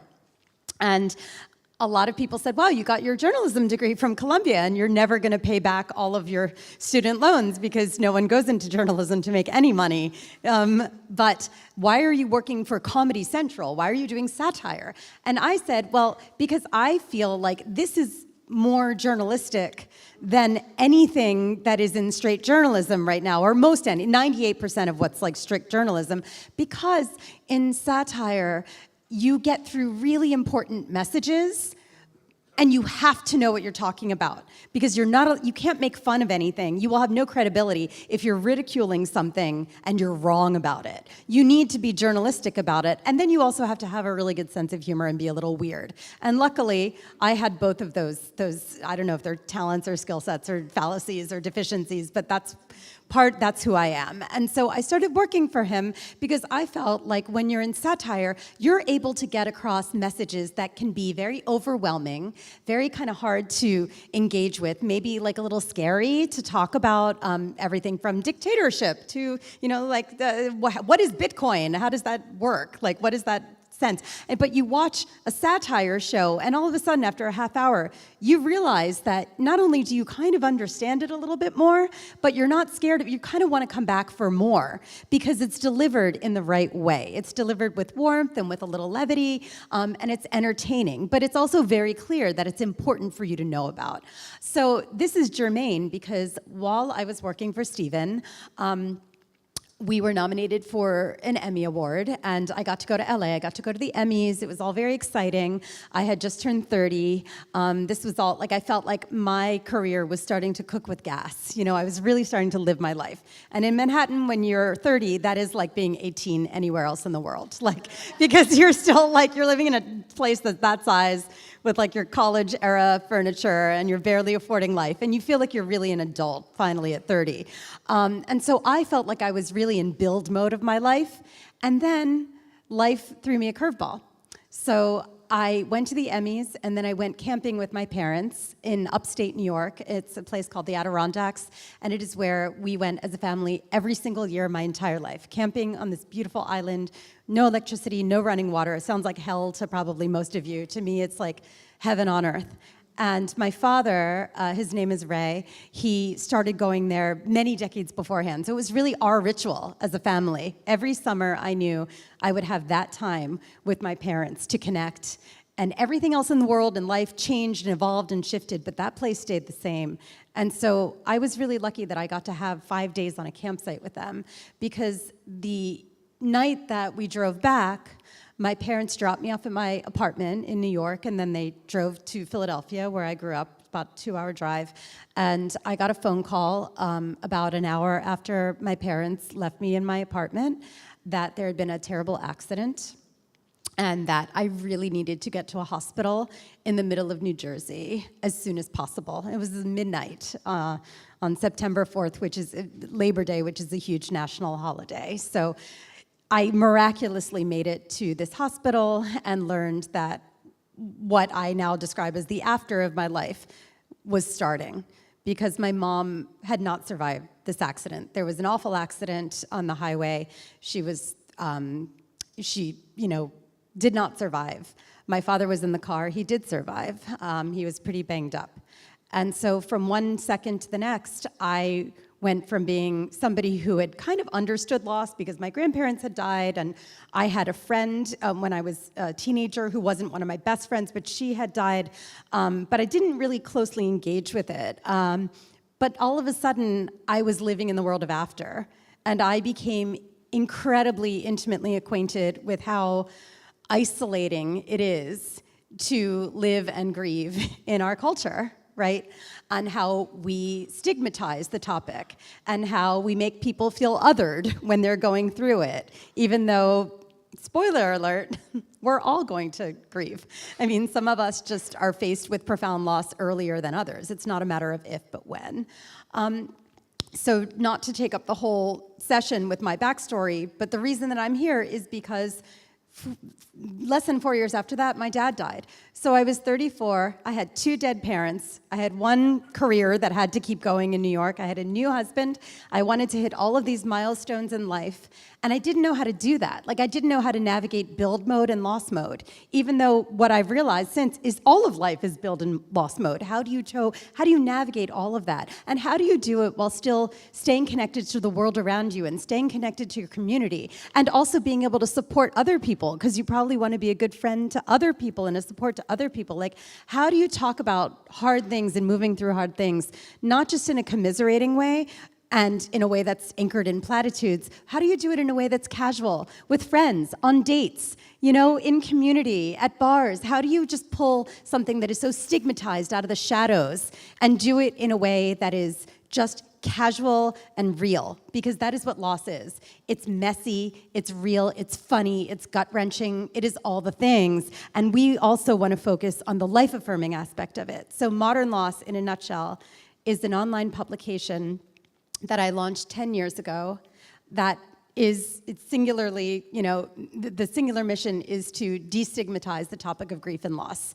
And we have a global readership, and I do lots of talks, and I've written 2 books, and it is all meant to kind of help people to feel less isolated in an individual experience. That no matter what is individual, but we go out of our way to make it isolating.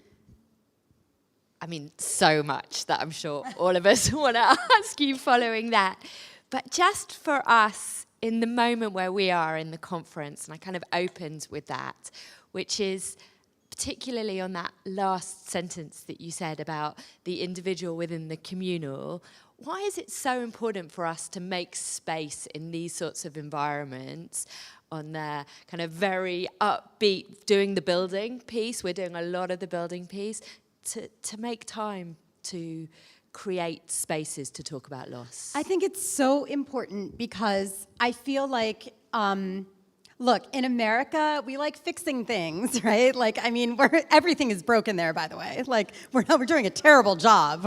Instead, we're like dismantling any structure that makes sense. But we have this can-do attitude, like, oh, when people are faced, they get a cancer diagnosis, you'll fight this, like, you're gonna win. Or like, if somebody dies, they said they lost their battle. It's all about like winning and losing, and are we doing it right, are we not doing it right? We talk about things in terms of grief, like 5 stages of grieving, and if you can check them off, then you're doing them right. And the dirty secret is that actually wasn't written for the bereaved. It was written for people who are dying.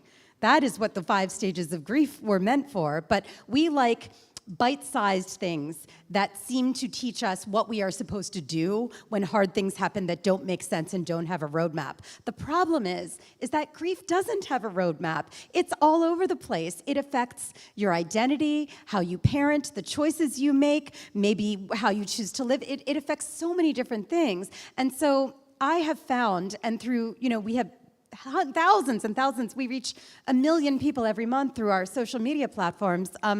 The thing that I have learned more than any other lesson in talking about loss across the long arc with so many people is that it is very hard to feel like you're healing or being able to build something again or make a big change without a sense of acknowledgement in what you are going through at this moment. It is very hard to feel like you're healing without feeling acknowledged that your personal lot looks really freaking hard and looks like really sucky, right? And I feel like we don't do a good enough job of creating spaces to examine our own losses, even if they're not from death loss. We have so many losses that we are all dealing with. If we don't make the space to examine those just on our own, but especially in community, then it's really hard for us to be empathic toward each other. I think we're harder on each other. I think we forget that everybody is going through something. You have no idea what someone else is, the person who's like throwing a fit because the oat milk ran out at the Starbucks, you never know. Like, they might have just had a miscarriage. You have no, or they could just be a jerk, But like, it could be both. A lot of jerks have miscarriages too, So it's true. But so, I think that it's just so important to intentionally create space to explore these topics that can sound really scary and really overwhelming, and you want to push them away. But we all know that the more you try and push this away, the more it digs its talons into you. It will not let go. So if you want to heal and reconnect with your world and your life and figure out who you are right now, you have to examine the hard stuff. Okay. It's a great idea, but how do we do it? How do you create those spaces to take on those tough topics, or do it in a way that doesn't scare us, doesn't make sure that everybody's not running out of the room right now and going? Yeah, so, well, hopefully I won't send you running for the hills. I don't see a lot of hills. There's some like gentle hills out there, but hopefully you won't run for them. I think that, obviously like grief, I do it in a way that I feel personally works for me. As I said, I'm not a rabbi. I'm not a psychologist. I'm just like a person in the world who had a hand dealt to them and realized how lonely it felt, how it felt so weird to go on a date with someone and like try and figure out what you're supposed to say when they ask you where your parents live. And, where are your parents? And I got very good at saying like, just this like middle tense of like, they're in Philadelphia. Like, I didn't say they're buried in Philadelphia. I mean, because it just took me so long to figure out, how do I dip my toe in the water of opening up without shame? Because the thing that I did most to myself was feel like something was wrong with me because something happened to me that I didn't even choose. And I'm a joyful person. I mean, I love laughing. I love life. I love absorbing new experiences. I love people. But this stuff is hard. When you go through a profound loss, it seeps out of you. You need to be invited to engage with it and not just, say in synagogue or at your once-a-week therapist, office. So what I try and do is provide fora for people to engage with it, say online, in online groups, I do live events in New York. I do comedy nights, stand-up nights that are grief comedy. Yeah, it sounds so weird, but it's awesome. I provide a lot of counterintuitive ways for people to engage with this topic because, as I said, working for Stephen really taught me that the best way to educate people about something that sounds really scary is to prove to them that it's not. That, like, the worst has already happened, right? Like, your person died, you lost your job, right? Your house burned down. Now you have to figure out, what meaning are you gonna tease from the rubble, right? How are you gonna create meaning from this? Not like forget it and pretend everything is fine, but how do you fold your losses into your life? And how do you do it while being able to talk to other people about it and ask them to share theirs? So, this is a perfect example of like, how do you create experiences? Well, here we are, In your book, you talk about the 10 people from hell, right? And I'm really struck by what you just said about creating lots of forum for people to talk. But how do you move away from those people and that sense of competitive grief? Yeah. So what she's talking about is there's a section in my book. So the book, which I wrote in the darkest depths of the pandemic, and I'm from New York. I mean, it was intense in New York City during COVID. I wrote this book alone in a room over the course of like the election. If you remember when Trump lost of January 6th, like it was an intense time to be writing a book on grief. And so there's this section called "The 10 People You Meet in Hell," and it's really meant to. If I say so myself, it's kind of humorous, but it's anchored in truth, right? When we are grieving, when we are really having a hard time, there are types of people or statements that are made to us that 10 out of 10 times, I don't believe ever really help, right? And so I talk about those. I mean, they're the platitudes, right? They're in a better places. You can always have another baby. At least you have another healthy child.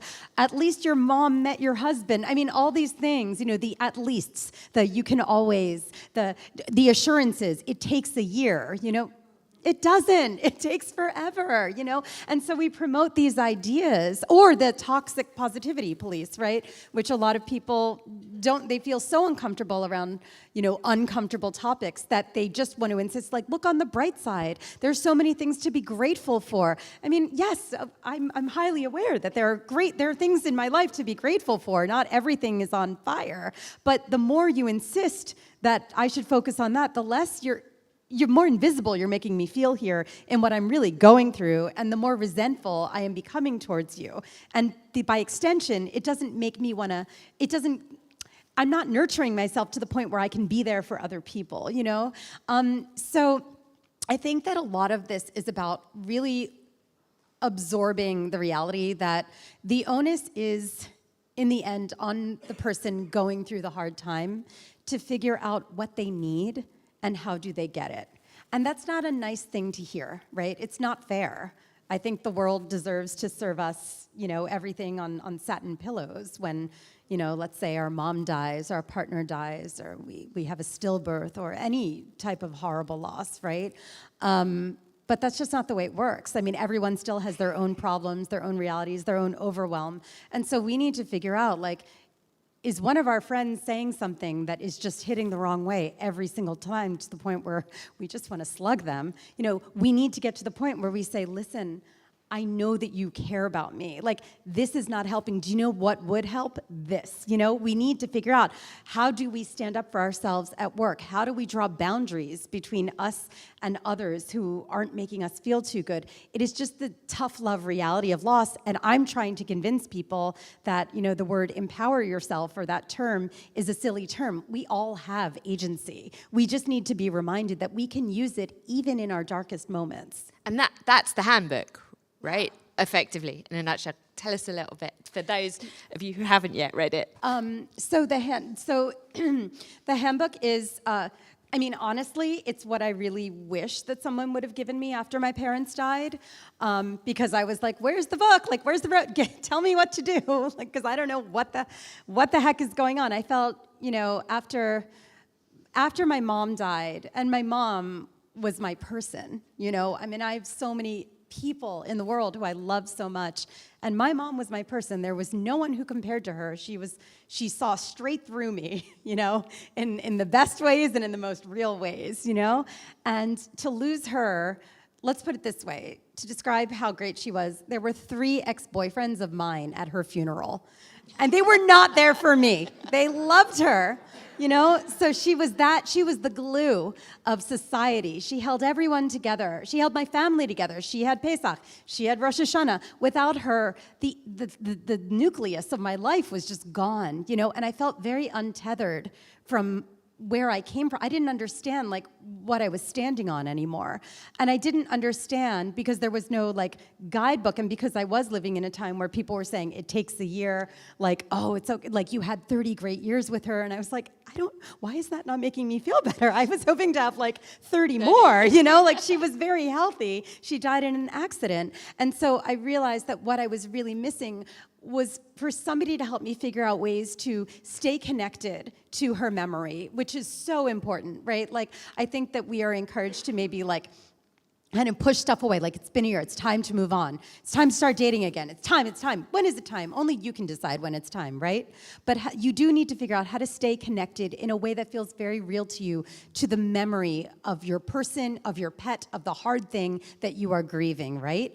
Through ritual, and we'll talk about that later, through memory, and I will even argue through asking yourself questions that might not always be the nicest questions that you want to consider, like asking questions about unresolved things with that person, because we are all fallible humans, right? And no relationship ends with one person dying and everything being said perfectly between the two. That's just like not the way that it works. We're all human. There is no such thing as closure. And so we are alone, are left to contend with what was left unsaid, unhealed, unresolved. So I ask a lot of questions in here that are uncomfortable, but that might bring up things that you want to take to a therapist because, this stuff, the trauma, it will stay in you until you acknowledge it, and it will get louder and louder and louder.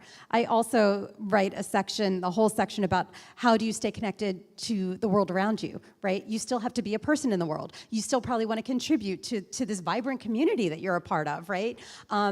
How do you stay connected to your workplace? How do you have a career? I was 30. I still had to pay my rent. I had to get promoted at work. I couldn't afford to get fired. I still had to date. It was a lot. How do you do all of that? How do you stay connected to the world when you feel like your world doesn't make sense anymore? And finally, how do you stay connected to yourself, right? How do you treat your body kindly? How do you deal with things like anxiety, sleep? How do you channel your hard things into kind of creative and artistic projects that might become very powerful tools in your toolbox of building resilience? Because it's all meant for not just this year of grieving, it's meant for evermore. I was my own guinea pig. I did the exercises in my book after I wrote it, and my mom had died 15 years beforehand. They were still germane. And you wrote it in the middle of a pandemic. Yep. So you wrote it in the midst of loss, in quite an isolating time. That must have been added to, or at least made it more difficult, or... Yeah, I think in some ways it made it harder because I saw no human people for a year. And if you can't tell, I'm a real extrovert. I mean, I'm one of those weird people who I'm a writer, but then I can't just write. I'll go insane. I need my people, and I love giving talks and I love meeting communities and helping build communities. And that's why I went into TV and became a producer as opposed to just writing bylines, because that's, to me, too lonely. But this book, in some ways, writing it over the winter of 2020, 2021, which was really, I was in a house in Western Massachusetts, and probably in England, it gets dark at 2 o'clock in the winter in Massachusetts. So I was basically shrouded in darkness in my guest room. To just reveal a bit of the setting, my husband, who was an incredibly healthy 40-year-old runner, was the first person I ever knew to get COVID in March 2020. And to this day, he still has long COVID. He could not run for 19 months. My son was in the hospital with COVID briefly. He had just turned 6 before the pandemic. So I was simultaneously writing a book about grief and wondering if I was going to be soon grieving again. And so in some ways, that made it even more excruciating. In other ways, it was so freeing, because I won't use any bad words on the stage, but I gave 0 Fs. I had 0 Fs left to give, because I was there was no vaccine, Trump was still president, sorry, but I don't like him, I'll just say that. We're allowed to say, he's an awful person. Okay, I'm sorry, literally, thank you. I mean, I was breaking out into hives with the election with Biden, and then there was January 6th, and I was how is the world still turning? Okay, I'm gonna say what I have to say. And so I feel because of the setting in which I was writing, because of my family circumstances, because I felt so isolated, and I didn't know if this might be the final product I ever was going to produce. That sounds dramatic, but remember those days? They were scary. Yeah. And I went back to the micro stages of early loss. I had to go back to, what did I do to get through the days after my mom died? When those days of COVID, you didn't understand what they looked like. Remember those first days when every day felt like a year? Yeah. It's hard to remember, but that's what it felt like. And so I was I don't know, maybe we're all gonna die, so I'm just gonna write what I have to say. And so I think in many ways, it's the best writing I've ever done, not because it's it deserves a Pulitzer. I don't know, just maybe it does, but I don't think so. But I think it's just because I was very true to myself. And when you're a writer, that is the most that you can hope for. But you read through it and you're this is me, this sounds like me. And I'm very proud of that. I mean, you should be. It's an incredible book. Let's talk about the book inside it a little bit. And one of the metaphors that you use, and I really love it, is the metaphor of the crab. As a way of moving, because also it's a really visual. You should tell it. It's better. No, thanks. And I'm glad you brought that up. So there's one section, and I of the book, and I added it the day before I had a year to write a book, and then I waited for 7 months. Anyone who writes knows what I'm talking about. I like, just la la la, I'm just going to freak out about the fact that I have to write a book for 7 months, and then I'm going to realize I have to write a book, and then I'll write it in a few months. And then I was about to hand in my manuscript, and I was like, something is missing here. What is missing? And then I realized what was missing, and I wrote it after going on a hike. That was my sanity during COVID. I couldn't go to the gym. I couldn't do anything. Couldn't go to a wedding. Couldn't go to a few. I went to Zoom funerals. I went to Zoom weddings. I could hike. I was in great shape during that time. And during my hike, I would think, and I would write in my head. And I came home and wrote this section, and it's a framing piece for how to regard this book before you dive into it. And also, I think it's how people... My hope is I hope people will kind of regard moving through hard things in general. Because loss, yes, we're talking, modern loss was born from my experience with loss to death, right? But the truth is that you pull the thread, this pertains to every type of loss. We all have our losses. We all have layers of loss from the last few years. Loss of identity, maybe the addition of roles that we didn't think we'd have and we're juggling so much at once. Loss of coping mechanisms, loss of being able to go to the pub and have a drink in person, celebrate, hug people. Loss of that feeling that you're not going to get sick if you touch somebody. I mean, there was just so much that we've been through, and I think that we're so insistent on moving forward that a lot of us haven't stopped ourselves to consider, wait, what have I been through, and how does that feel, And so I talk about how this thing that I mentioned earlier about how, we love using war metaphors or strength metaphors when it comes to hard things, right? You'll fight the battle, you'll power through it, and it's exhausting because we also talk about resilience. Even though it's part of the subtitle of my book, resilience is a buzzword. What does that even mean, right? And I think that people, when they say, oh, you're resilient, okay, but resilience doesn't always look like putting one foot in front of the other every day and doing it quickly. Sometimes resilience looks like, lying in a snotty heap on your bathroom floor for a few hours because that's what you need to do. Because if you don't, then you can't go to the next thing that you're going to do for yourself. You need releases. You need connections of joy. You need, connections of sadness. You need connections of memory. You need all of that, but only you know what you need. And so I say, instead of looking at this as going into battle at Normandy, because there's no winners or losers when it comes to this stuff, I ask people to think about crabs instead as a metaphor, which is super weird, and my editor was like, I don't know. And then she read it, she's like, okay, it's weird, but it makes sense. So, and then it became the leitmotif of the book. So I did a lot of research into crabs, and keep in mind, I had a lot of free time. I had nothing else to do, so forgive me, but I know a lot about crustaceans now. So the first thing is the horseshoe crab. Fun fact, not a crustacean, it's an actual animal. For your next cocktail party, for the closing ceremony, you can talk about that. Next LJ quiz. Yeah, do that. So the horseshoe crab is the most resilient animal on Earth.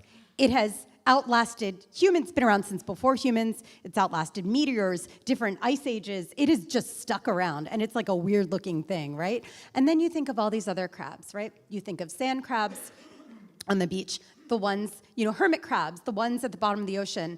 And what do they have in common? Well, first, they're all crabs. These are actual crustaceans, but also they are just the wonkiest looking creatures ever. They're so freaking creepy looking. They look weird. They're inelegant, but they have this one job, which is to hang on to the bottom of the ocean, right? Hang on to whatever it is, the bottom, in the midst of all of the swirling tides and the bottom feeders that are trying to get them. Just hang on and do whatever it takes to hang on, right? And do it while looking wonky, while pivoting on the sand. Crabs are able to move forwards, backwards, they can move sideways. When something isn't working for them, they pivot. And then they do it in a different way that suits their needs in that moment. And they don't care, again, that they look weird and creepy while they're doing it. They just get it done. And that, for me, is what moving through a really hard thing looks like. It doesn't look like, freaking, I don't know, who's like a British, like really hot, like military hero. I don't know. I literally can't. James Bond. Oh, James, right. They Not don't military, but, if only I looked like a Bond girl after my mom died. I absolutely did not. Like in Fleabag, who's seen Fleabag? I think best grief show ever written in the UK. She talks about how she looked shockingly good at her mom's funeral, and she was like, didn't expect that. I mean, I did not look good. I looked awful, and I felt like a crap. I felt like that is what rings more true to me, which is I'm just doing my best here. And some days it's going to be putting deodorant on. And other days it's going to be standing up for myself at work and saying, I actually need to maybe, leave early 2 days a week to go to therapy or to do this thing. It's just, you're going to look wonky while you're moving through this stuff because there's no one size fits all. But you got to do it. There's no choice. So much. You're thinking about crabs now, aren't you? I'm thinking about crabs, but I'm also thinking about the ritual. So the crab is getting through. Yeah. The ritual is the bit that sort of takes you from one place to another, possibly. And I'm thinking about things like when you talk about breaking shit and but also about your Judaism, because there is no question for me, as looking through the book, that your Judaism's there, and you only need to talk to you for a few minutes about, your kids and you, and your Judaism is your name, right? We had that conversation. Your Judaism is there. And I think before getting on to talking about some of those specific rituals, it would be great for us to know a little bit about whether Judaism came into your grief and into your thinking about grief, and maybe also whether it was helpful or, we were talking about, when people have, say, I wish you long life, right. About also when it can be not helpful. Right. All good questions. Thank you. I think that, yes, I am very Jewish. I self-identify as extremely religious or adherent, but I am a New York Jewess from the Upper West Side. So I think that puts me, my kids went to Jewish preschool. I am now living inexplicably in Austin, Texas, don't ask. But I go to the JCC every day. I just did a talk for them for free a couple of weeks ago. I'm very Jewishly oriented and informed. I grew up conservative, and my parents switched over to the Reform movement. My kids go to URJ, a Reform camp in the Berkshires in Massachusetts every summer called Eisner. And for me, it is a very grounding part of who I am. It makes me feel like my feet are on something solid in a world that feels increasingly more tenuous. And I really value my Judaism and my Jewish community. And what was so moving to me as a small tangent is last night when I was outside with all of you and just watching the prayers and listening to these tunes that just, it's like, and I'm in the middle, I literally, if you showed me a map, I would get it wrong where I am right now, also because I traveled for so long. It was planes, trains, and automobiles to get here. And Jeff. And Jeff, and Andrew, thank you, Andrew. But I could have been anywhere, and yet I heard these songs, and I saw this joy, and I was like, I'm home, right? Even though I don't even know where I am. My husband's like, where are you again? I'm like, I'm in England. So it just was so grounding, and I'm so grateful for it. And so I do hang on to my Judaism. That said, when my mom died, I was pissed, right? And I feel like I had a right to be. She died in a terrible way. I had just seen her an hour beforehand. Thank goodness the last thing I said to her was, I love you. I don't think we all get that in sudden deaths. I just got really lucky there.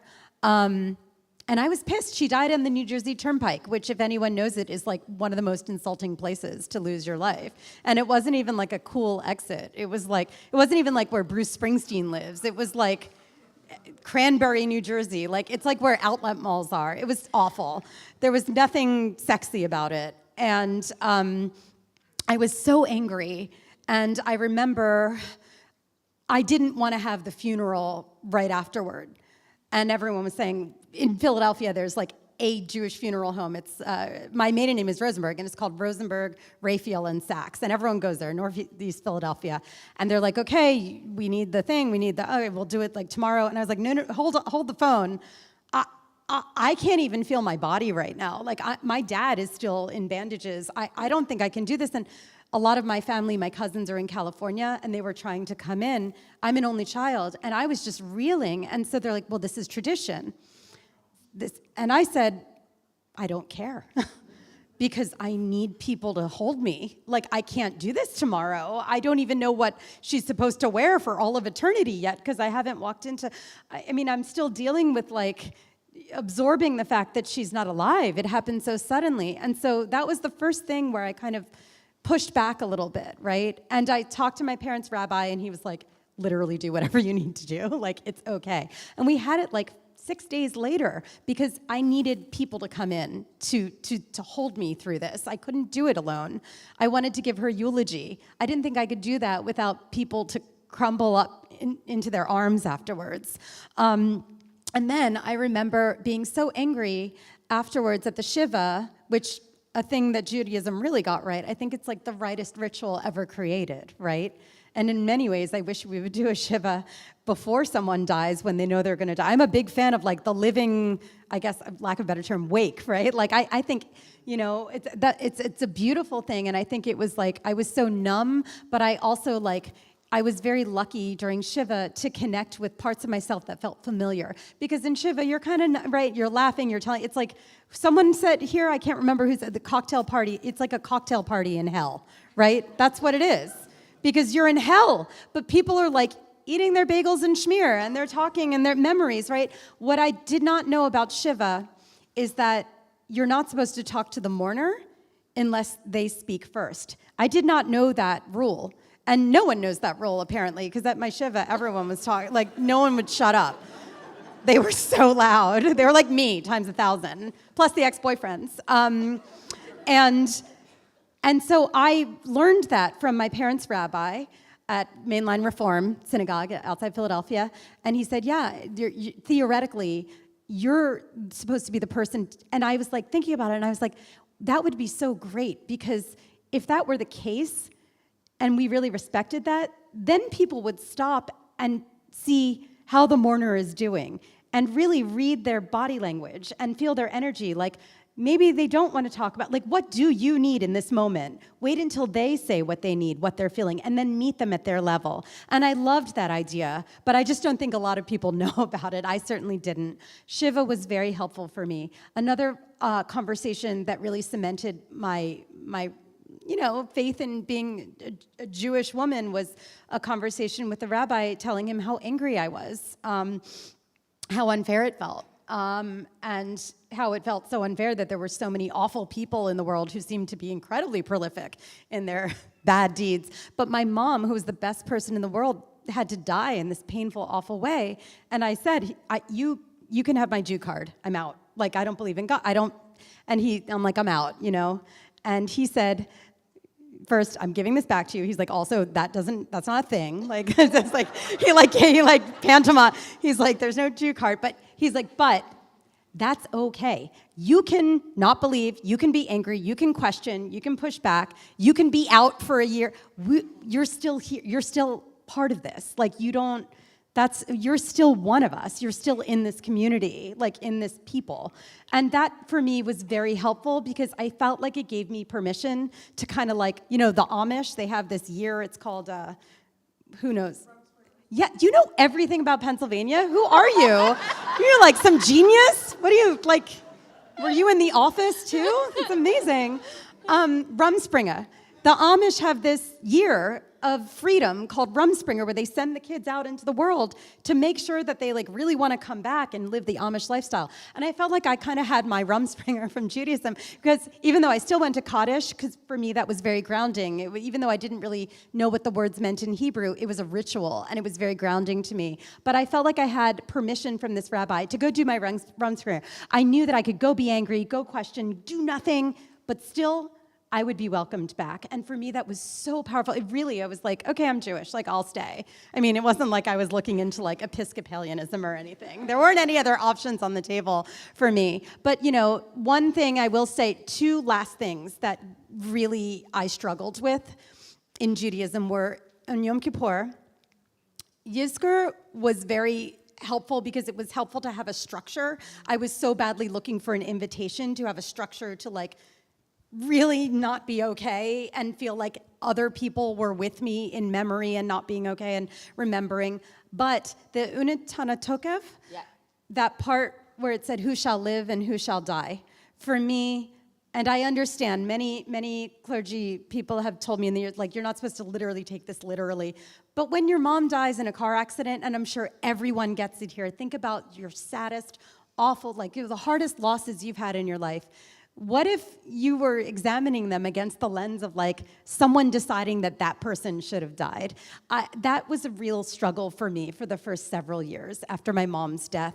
And then the last thing that was really a struggle was the unveiling.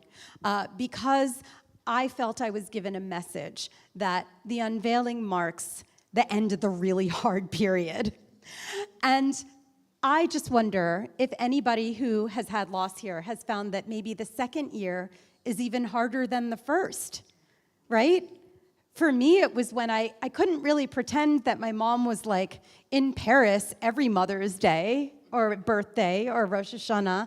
Eventually, I had to just remember she's never going to be here for any of these things. And so that was really when the permanence of it set in. So for me, year 2, it was just a shock to me how year 2 was so much harder than year 1. And I was kind of led to believe, again, by these bite-sized pieces of wisdom that like, this marks the end of like the hardest period. And then it's like, you're moving on to like and then you're back to life. Well, I felt like I was dying the second year. And so that's why I say like, I think that every religion, every, type of thought, every type of community can examine how to better convey messaging, especially through a contemporary lens, And you do, very much in the book, invent new rituals or give permission for people to invent their own rituals. I was thinking about some of the stuff around anniversaries, those moments in the year that are particularly difficult, or the breaking of plates, for example, as well, of the ritual being important, but that there's permission to do those rituals differently. Yes. So I'm a cultural omnivore. I mean, if I see something from any culture and it feels like, oh, that seems like that would be nice to do, I'll do it. Like, I don't care, And so there's a whole section in the book about ritual, because modern loss, it's very Jewishly informed. I talk about my Judaism all the time. As I just told a couple of people, I've done 2 national Jewish book council tours in the United States. I've spoken at many synagogues, many JCCs. But it's not a religious book. It's not a Jewish book, right? It's for everybody, because I wanted to create a forum by starting Modern Loss where everybody could feel comfortable, regardless of who you are, what you believe, anything, whether you believe in nothing, whether you believe in everything, I don't care. For me, I created this as a storyteller and a community builder, right, and a journalist and a writer, right, and somebody who's like not only president of whatever they're doing, but also a member too. And so through ritual, I have learned many things. Like, for example, there's really no ritual in Western culture for miscarriage and abortion.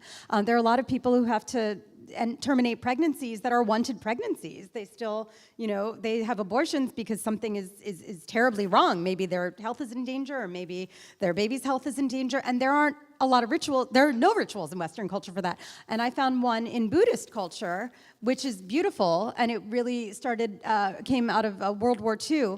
The birth control pill was not legal in Japan until like sometime in the 90s. And so because of that, there were so many abortions there because there was just no Yeah, there was no other alternative. And it wasn't that that women were going out saying, you know what I'd love to do, have 10 abortions in my lifetime. No, they were very sad for these women. They were like, we'd probably rather just take a pill. And so they created this Buddhist ritual. It stems from Buddhism. And it's a beautiful ritual, which I have now promoted through Modern Loss. And we've actually done these at cemeteries in Brooklyn during Infant and Pregnancy Loss Awareness Month, which is in October. We've given bereaved parents ways to use their bodies and use their minds and create a space to honor the losses that they've had through stillbirth, through miscarriage, through infant loss. I mean, these are awful things that we make taboos on top of taboos, right? So talking about grief is already a taboo. You know, talking about stillbirth, no one wants to talk about that stuff. And yet, 1 in 4 women will experience a pregnancy-related loss.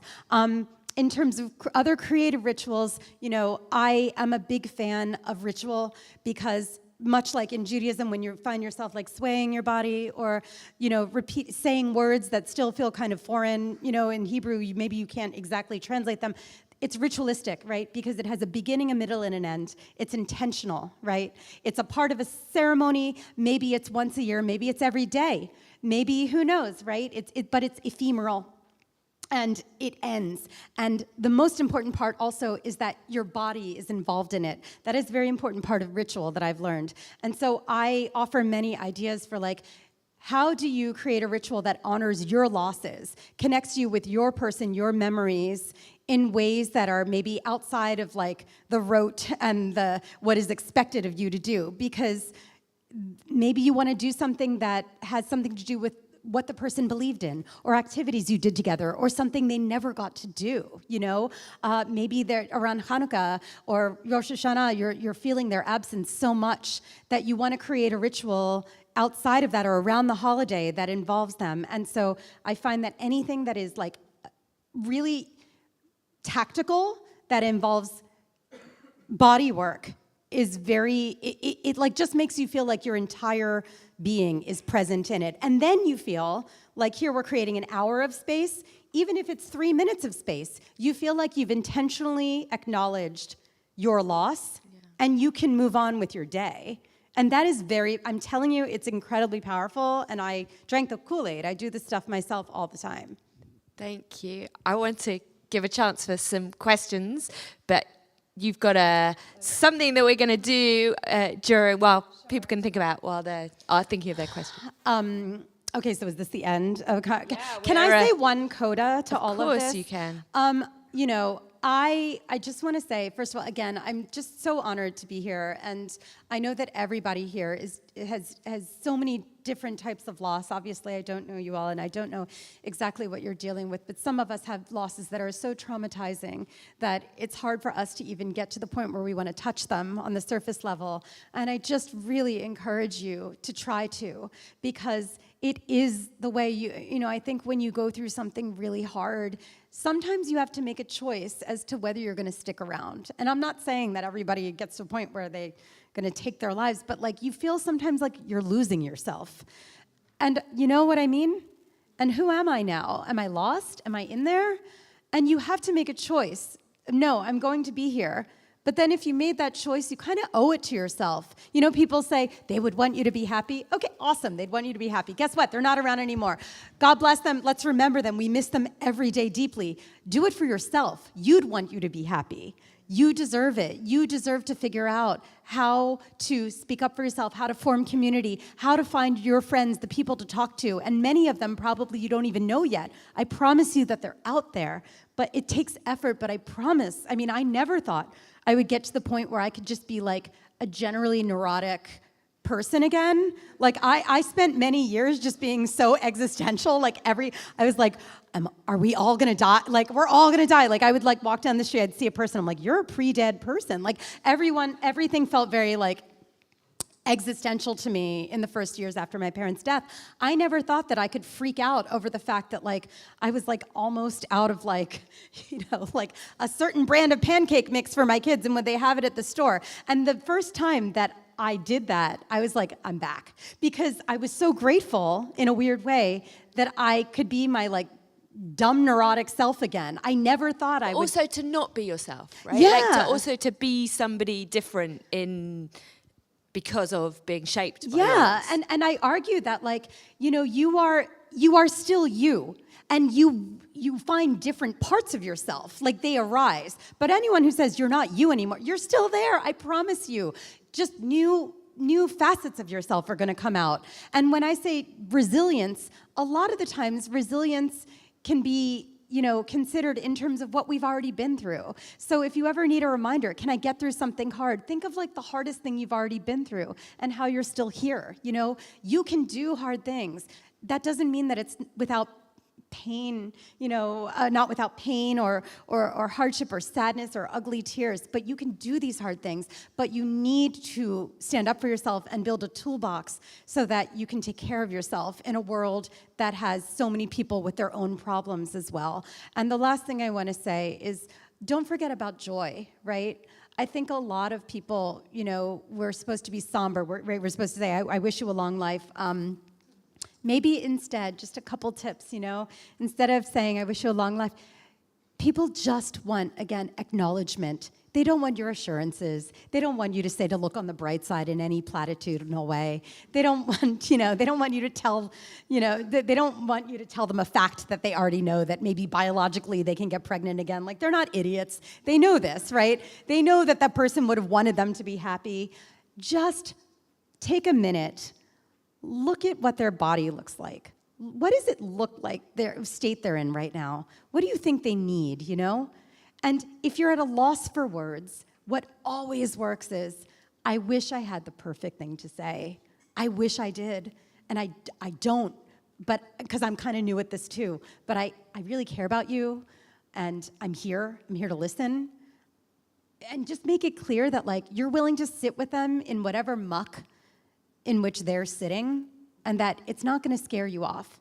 Because hard things are not contagious, but we act like they are. And the more that we act like they're just hard things to talk about, the better we're going to get at, like, becoming a better society. So there you go. Thank you. So now, okay, so before we go to questions, if you can't tell, I'm a bit of a strict task mistress, and I did come with some homework for you, because I always say that people are looking for an invitation to engage with this stuff. So, of course, you and I have been talking, but, like, you don't want to hear from me the whole time. I want to hear from you, because this is a community. It's a beautiful community, and also you just received this huge announcement. There are going to be a lot of exciting changes, but also there will be things left behind as well. I mean, there will be changes. Change is hard. Change is hard. It's hard for me to tell my kid that it's time to, like, get off the iPad and get into the car. So I know change is hard, right? But COVID started in March 2020, and it's still going, even though some of the world pretends it's not. There are a lot of people who live with long COVID. There are a lot of people who get affected when they get sick. And the world has changed forever. And I feel, like I said, a lot of us have so many different types of loss. Maybe we've had deaths in the last few years. Maybe we couldn't go to funerals. Maybe, you know, we've lost touch with people. Who knows, right? But so I would love to do an exercise that's called a 6-word memoir with everybody here. And I do this a lot. I do talks at corporations, and I do a lot at JCCs. And this gives everybody a chance to share a sliver of your experience with loss. And when I say loss, anything. If it feels like loss to you, it's loss. So, like, whatever, right? The umbrella definition of loss. And I would like you to think about what is a 6-word memoir that would describe 6 words on your loss, right? I'll give you an example. This stems from a Hemingway short story, which is For Sale, Baby Shoes, Never Worn. Anyone know this one? Right? Very, very literate audience. Jews, you know, we read. So what does that do when you read that, right? What are your reactions? You're like, okay, first of all, you're like, what happened to this baby? Like, is she okay? Like, did she die? Or, like, did she just grow really, does she have, like, weirdly large feet, like, and they never fit her? It could be anything. It could be, like, the worst possible thing, or something, like, just totally that's not a big deal. But it's enough that it creates intrigue. It makes you want to learn more about the story. And then the person telling the story is just sharing 6 words, so they don't feel like they're being asked to just spill their guts everywhere. it's just dipping their toe in the water of what it feels like to share a little bit about what you're going through. And it's meant to crack open a community. And so I would like everybody here, we're going to do Q&As, but during the Q&As, because I'm coming back to you, I want everybody to think about what are your 6 words on loss. You should have papers and pencils. If not, raise your hand and they'll be passing them out. And afterwards, I would like people to stand up and share. If they would. If they would, yes, I'm not going to call on you, but I will give a couple examples to get you thinking of ones that have come up in our events. One is she never got to see Paris. Another is never met you but love you. Another is 6 years on, still really sucks. One is, I think it was never got to say goodbye. Who am I going to be now? And then I'll give a couple of mine. I would say, given the setting, your grandkids are Jewish, you're welcome. Because my parents never got to meet my kids, you know, and that never doesn't suck, you know. So I would love for you to think of yours. They can be funny, they can be sad, they can be 6 words that have nothing to do with each other, they can be phrases. Thank you. But should we take some questions while people are doing? Becca has the roving mic, and I can see our first there, and Paul. Hello. How do you deal with disagreement in a grieving community? How do you deal with disagreement in a grieving community? Yeah. Can you give a little more context? Not like, but like, you mean like different personalities grieving in different ways? Yeah, like people commenting on how other people are grieving and what they're saying and a bit of friction. It's a tough thing. Yeah. I think that's a great question because it's something that pops up all the time, right? So we call it, as in me, like the royal I. I call it, sorry, I'm in England, so I call it the Grief Olympics, and it's like a losing battle every single time, right? Grief is grief is grief. And I think that we get to a point where we judge people for how they're grieving, even within families. We grieve differently because we all have different personalities. We all had a different dynamic with the person who died. It's all different. It's very individualized, right? But we don't have to make it isolating. We make it isolating when we draw lines and we're like, you're grieving the wrong way. I'm grieving in a better way. This is acceptable. That's not acceptable. It's all acceptable. I say, as long as you're not hurting yourself or anybody else, you need to do whatever feels right to you. I think that we get into these competitions of like, I don't know why they're having such a hard time. Their dad died and he was 90. My baby died, you know, that's like goes against nature. Or I shouldn't be having such a hard time. My sister died, but like I don't know, like their child was murdered. I'm just coming up with an example. The thing is that like all we have is our own perspective, our own daily lives. And there's enough room in the world to hold everybody's painful story. Like there's nothing but room in this world. There's room for us to listen to everybody and what they're going through, and then to share our experience. And so when we do get into a judgmental phase, I think it's really hard because no one wins. And I think it's just us trying to make sense of something that doesn't make any sense, which is grief. It's like a monster. It's very much a dynamic thing because we're alive. And so I do encourage people in communities where there is so much discord to just take a minute and share. And I really do think that the sharing, like this 6-word memoir, I really do think that giving people the same thing to do and talk about and share how they're feeling differently is very helpful because you're doing it within the structure of the same conversation, exercise, you know, but everyone's gonna have a different answer. And I think if you just encourage people to listen to the other person for a minute, you know, instead of just judge, that can go a long way. I mean, it's really hard. I mean, grief is like, it brings out just our rawness, like our ids, you know, and we're just like we're an exposed nerve and we can be extra sensitized, but I do, you know, so there's no like real fix, there's no vaccine for grief, you know, but there is understanding and we can do a much better job of realizing that everybody is in pain, even if they're not expressing it in ways that seem that we would express it.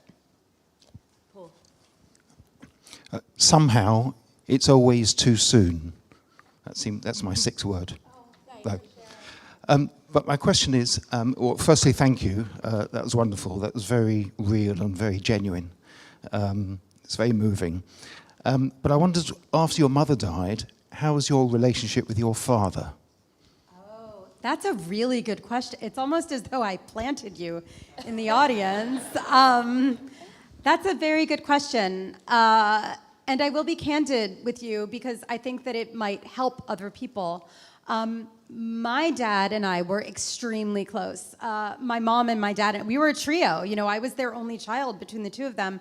They were deeply in love with each other, and we were just like a little trio. And when my mom died, but my dad was like this, it's like my mom gave birth to my dad in many ways. So like, I'm the, you know, it's like I in the good side, I feel like I shared his wit. I shared his, you know, humor. I also shared his stubbornness and, you know, pig-headedness and, you know, need to like be heard. And so he and I would butt heads a lot more because we were both kind of similar. When my mom, I realized really deeply only after she died that she was kind of the buffer between us.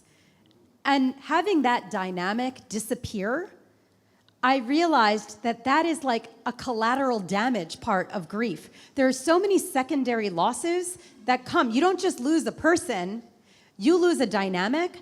All of the dynamics that had to do with that person are shifted and rejiggered. I had to learn how to deal with my dad and talk to him and be with him in a completely different way. It was like having to learn another language. It was like I didn't know him all of a sudden. It was so weird and uncomfortable and sad. And it took us a lot of work, you know? It was hard because he mostly wanted me to support him emotionally. He was also from a different generation where he didn't like just spew on about grief at Jewish conferences. He just sat with it, and then he'd like write me emails at 3 a.m. about how he was feeling, and I would wake up to them and carry them all day while working at a comedy show. So it was very, very difficult for me because I was like, where's my parent? I need a parent. Like, I need someone to hold me right now. So it was really hard, and it took a lot of work. We had to talk a lot. So it was rough, you know, and eventually, like, you know, we managed to figure it out, thank goodness, you know, and then he died. So, you know, but we figured it out. But I will say, like, it just highlights something that I did want to say, like, just be aware that when you lose somebody, or a person loses someone, they're not just losing that person, they're losing all the future memories they were hoping to have, you know? They're losing a sense of control. They're losing so many other things, you know? And I think that that's very important to realize. Thank you. It's not just like funeral, Shiva, done. Yeah, done. That's it. Debbie. Hi, thank you for addressing the issue of saying, have a long life, I wish you long life. I hate that so much. When my husband died, I did not want to live a long life without him, and I found it really difficult. People keep saying this, and I never say it to anyone. I really appreciate the fact that you've addressed this. Thank you for saying that. And, you know, again, in the States, we don't, and Charlie was the one who told me that here you say, wish you a long life. And I wanted to like, I wanted to like jump into the ground with my mom.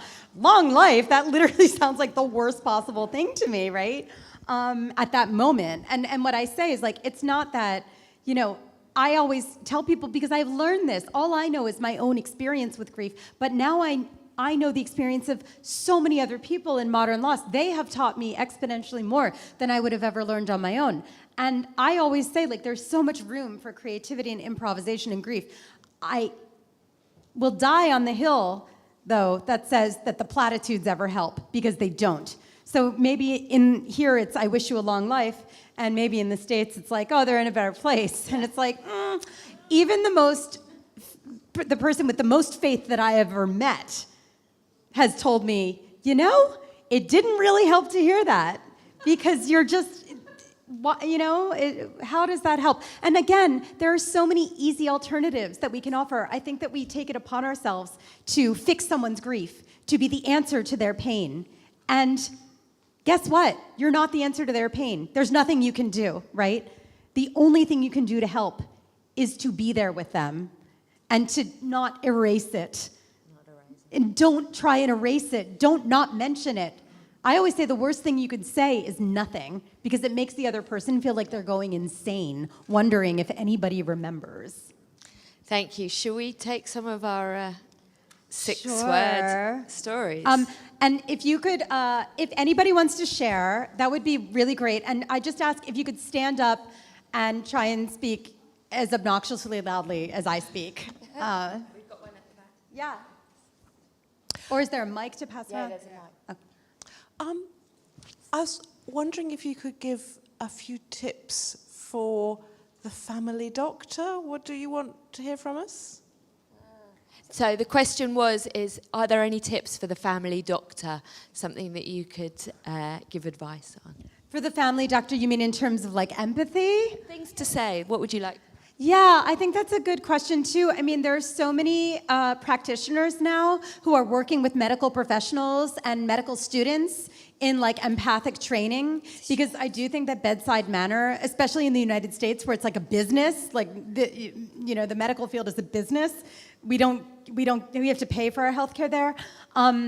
We don't get a lot of bedside manner. We don't have doctors who have the luxury of sitting with us and giving us time. We have doctors who are like really on the clock and have to fit a lot of patients in.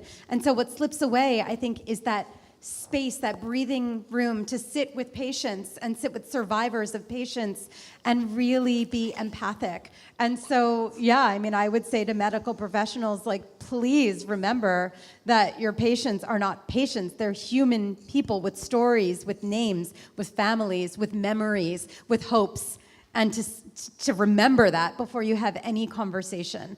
I think that has really suffered in the last many years in my country. And here. Judy.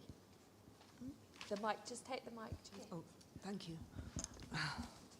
Yeah, I was really interested, and I wish someone had told me almost, how difficult it is when you get to what you beautifully call the unveiling and we call stone setting, and I much prefer unveiling, which we set my husband's stone a couple of weeks ago, actually, and the lead up to that, nothing prepared me for that. I think I was so anaesthetised by the horror and the suddenness of his death that I knew we knew what we had to do, the children and I, and then there's this uncharted territory, all bound comes back on you, and now we are going towards the second year, and I was interested to hear what you're saying, so I'm really looking forward to reading your book, because I think I need to.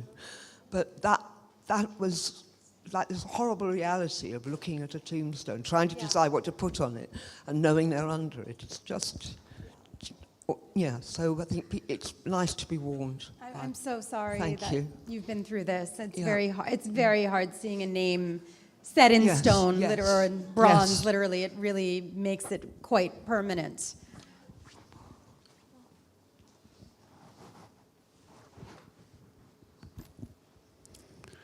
So much news. Where are you? So much news. Where are you? Thank you. Is there anyone else who'd be willing to share theirs? You'd be so proud of her. You'd be so proud of her.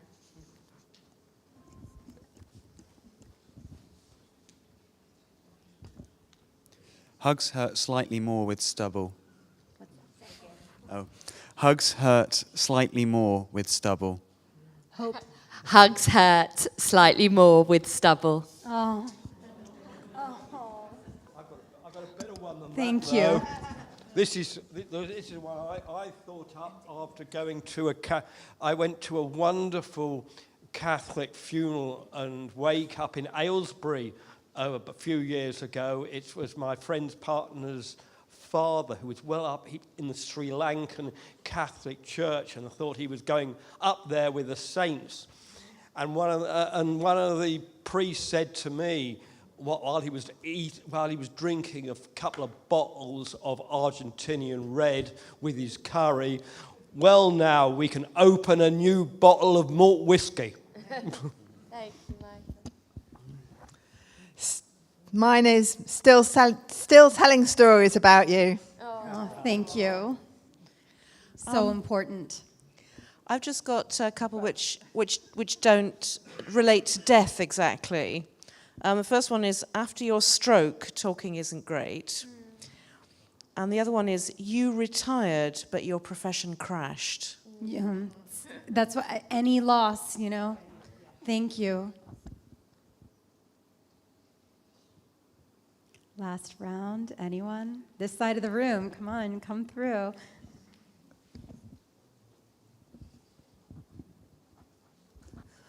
Wish you could see us all. Wish you could see us all. Yes, over there.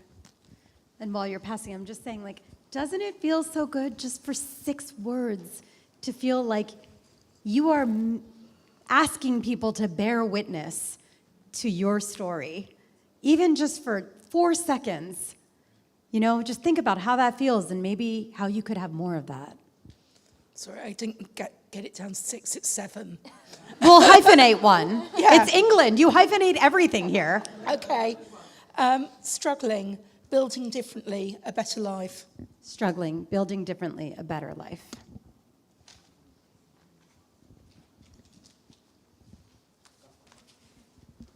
And then keeping me fit.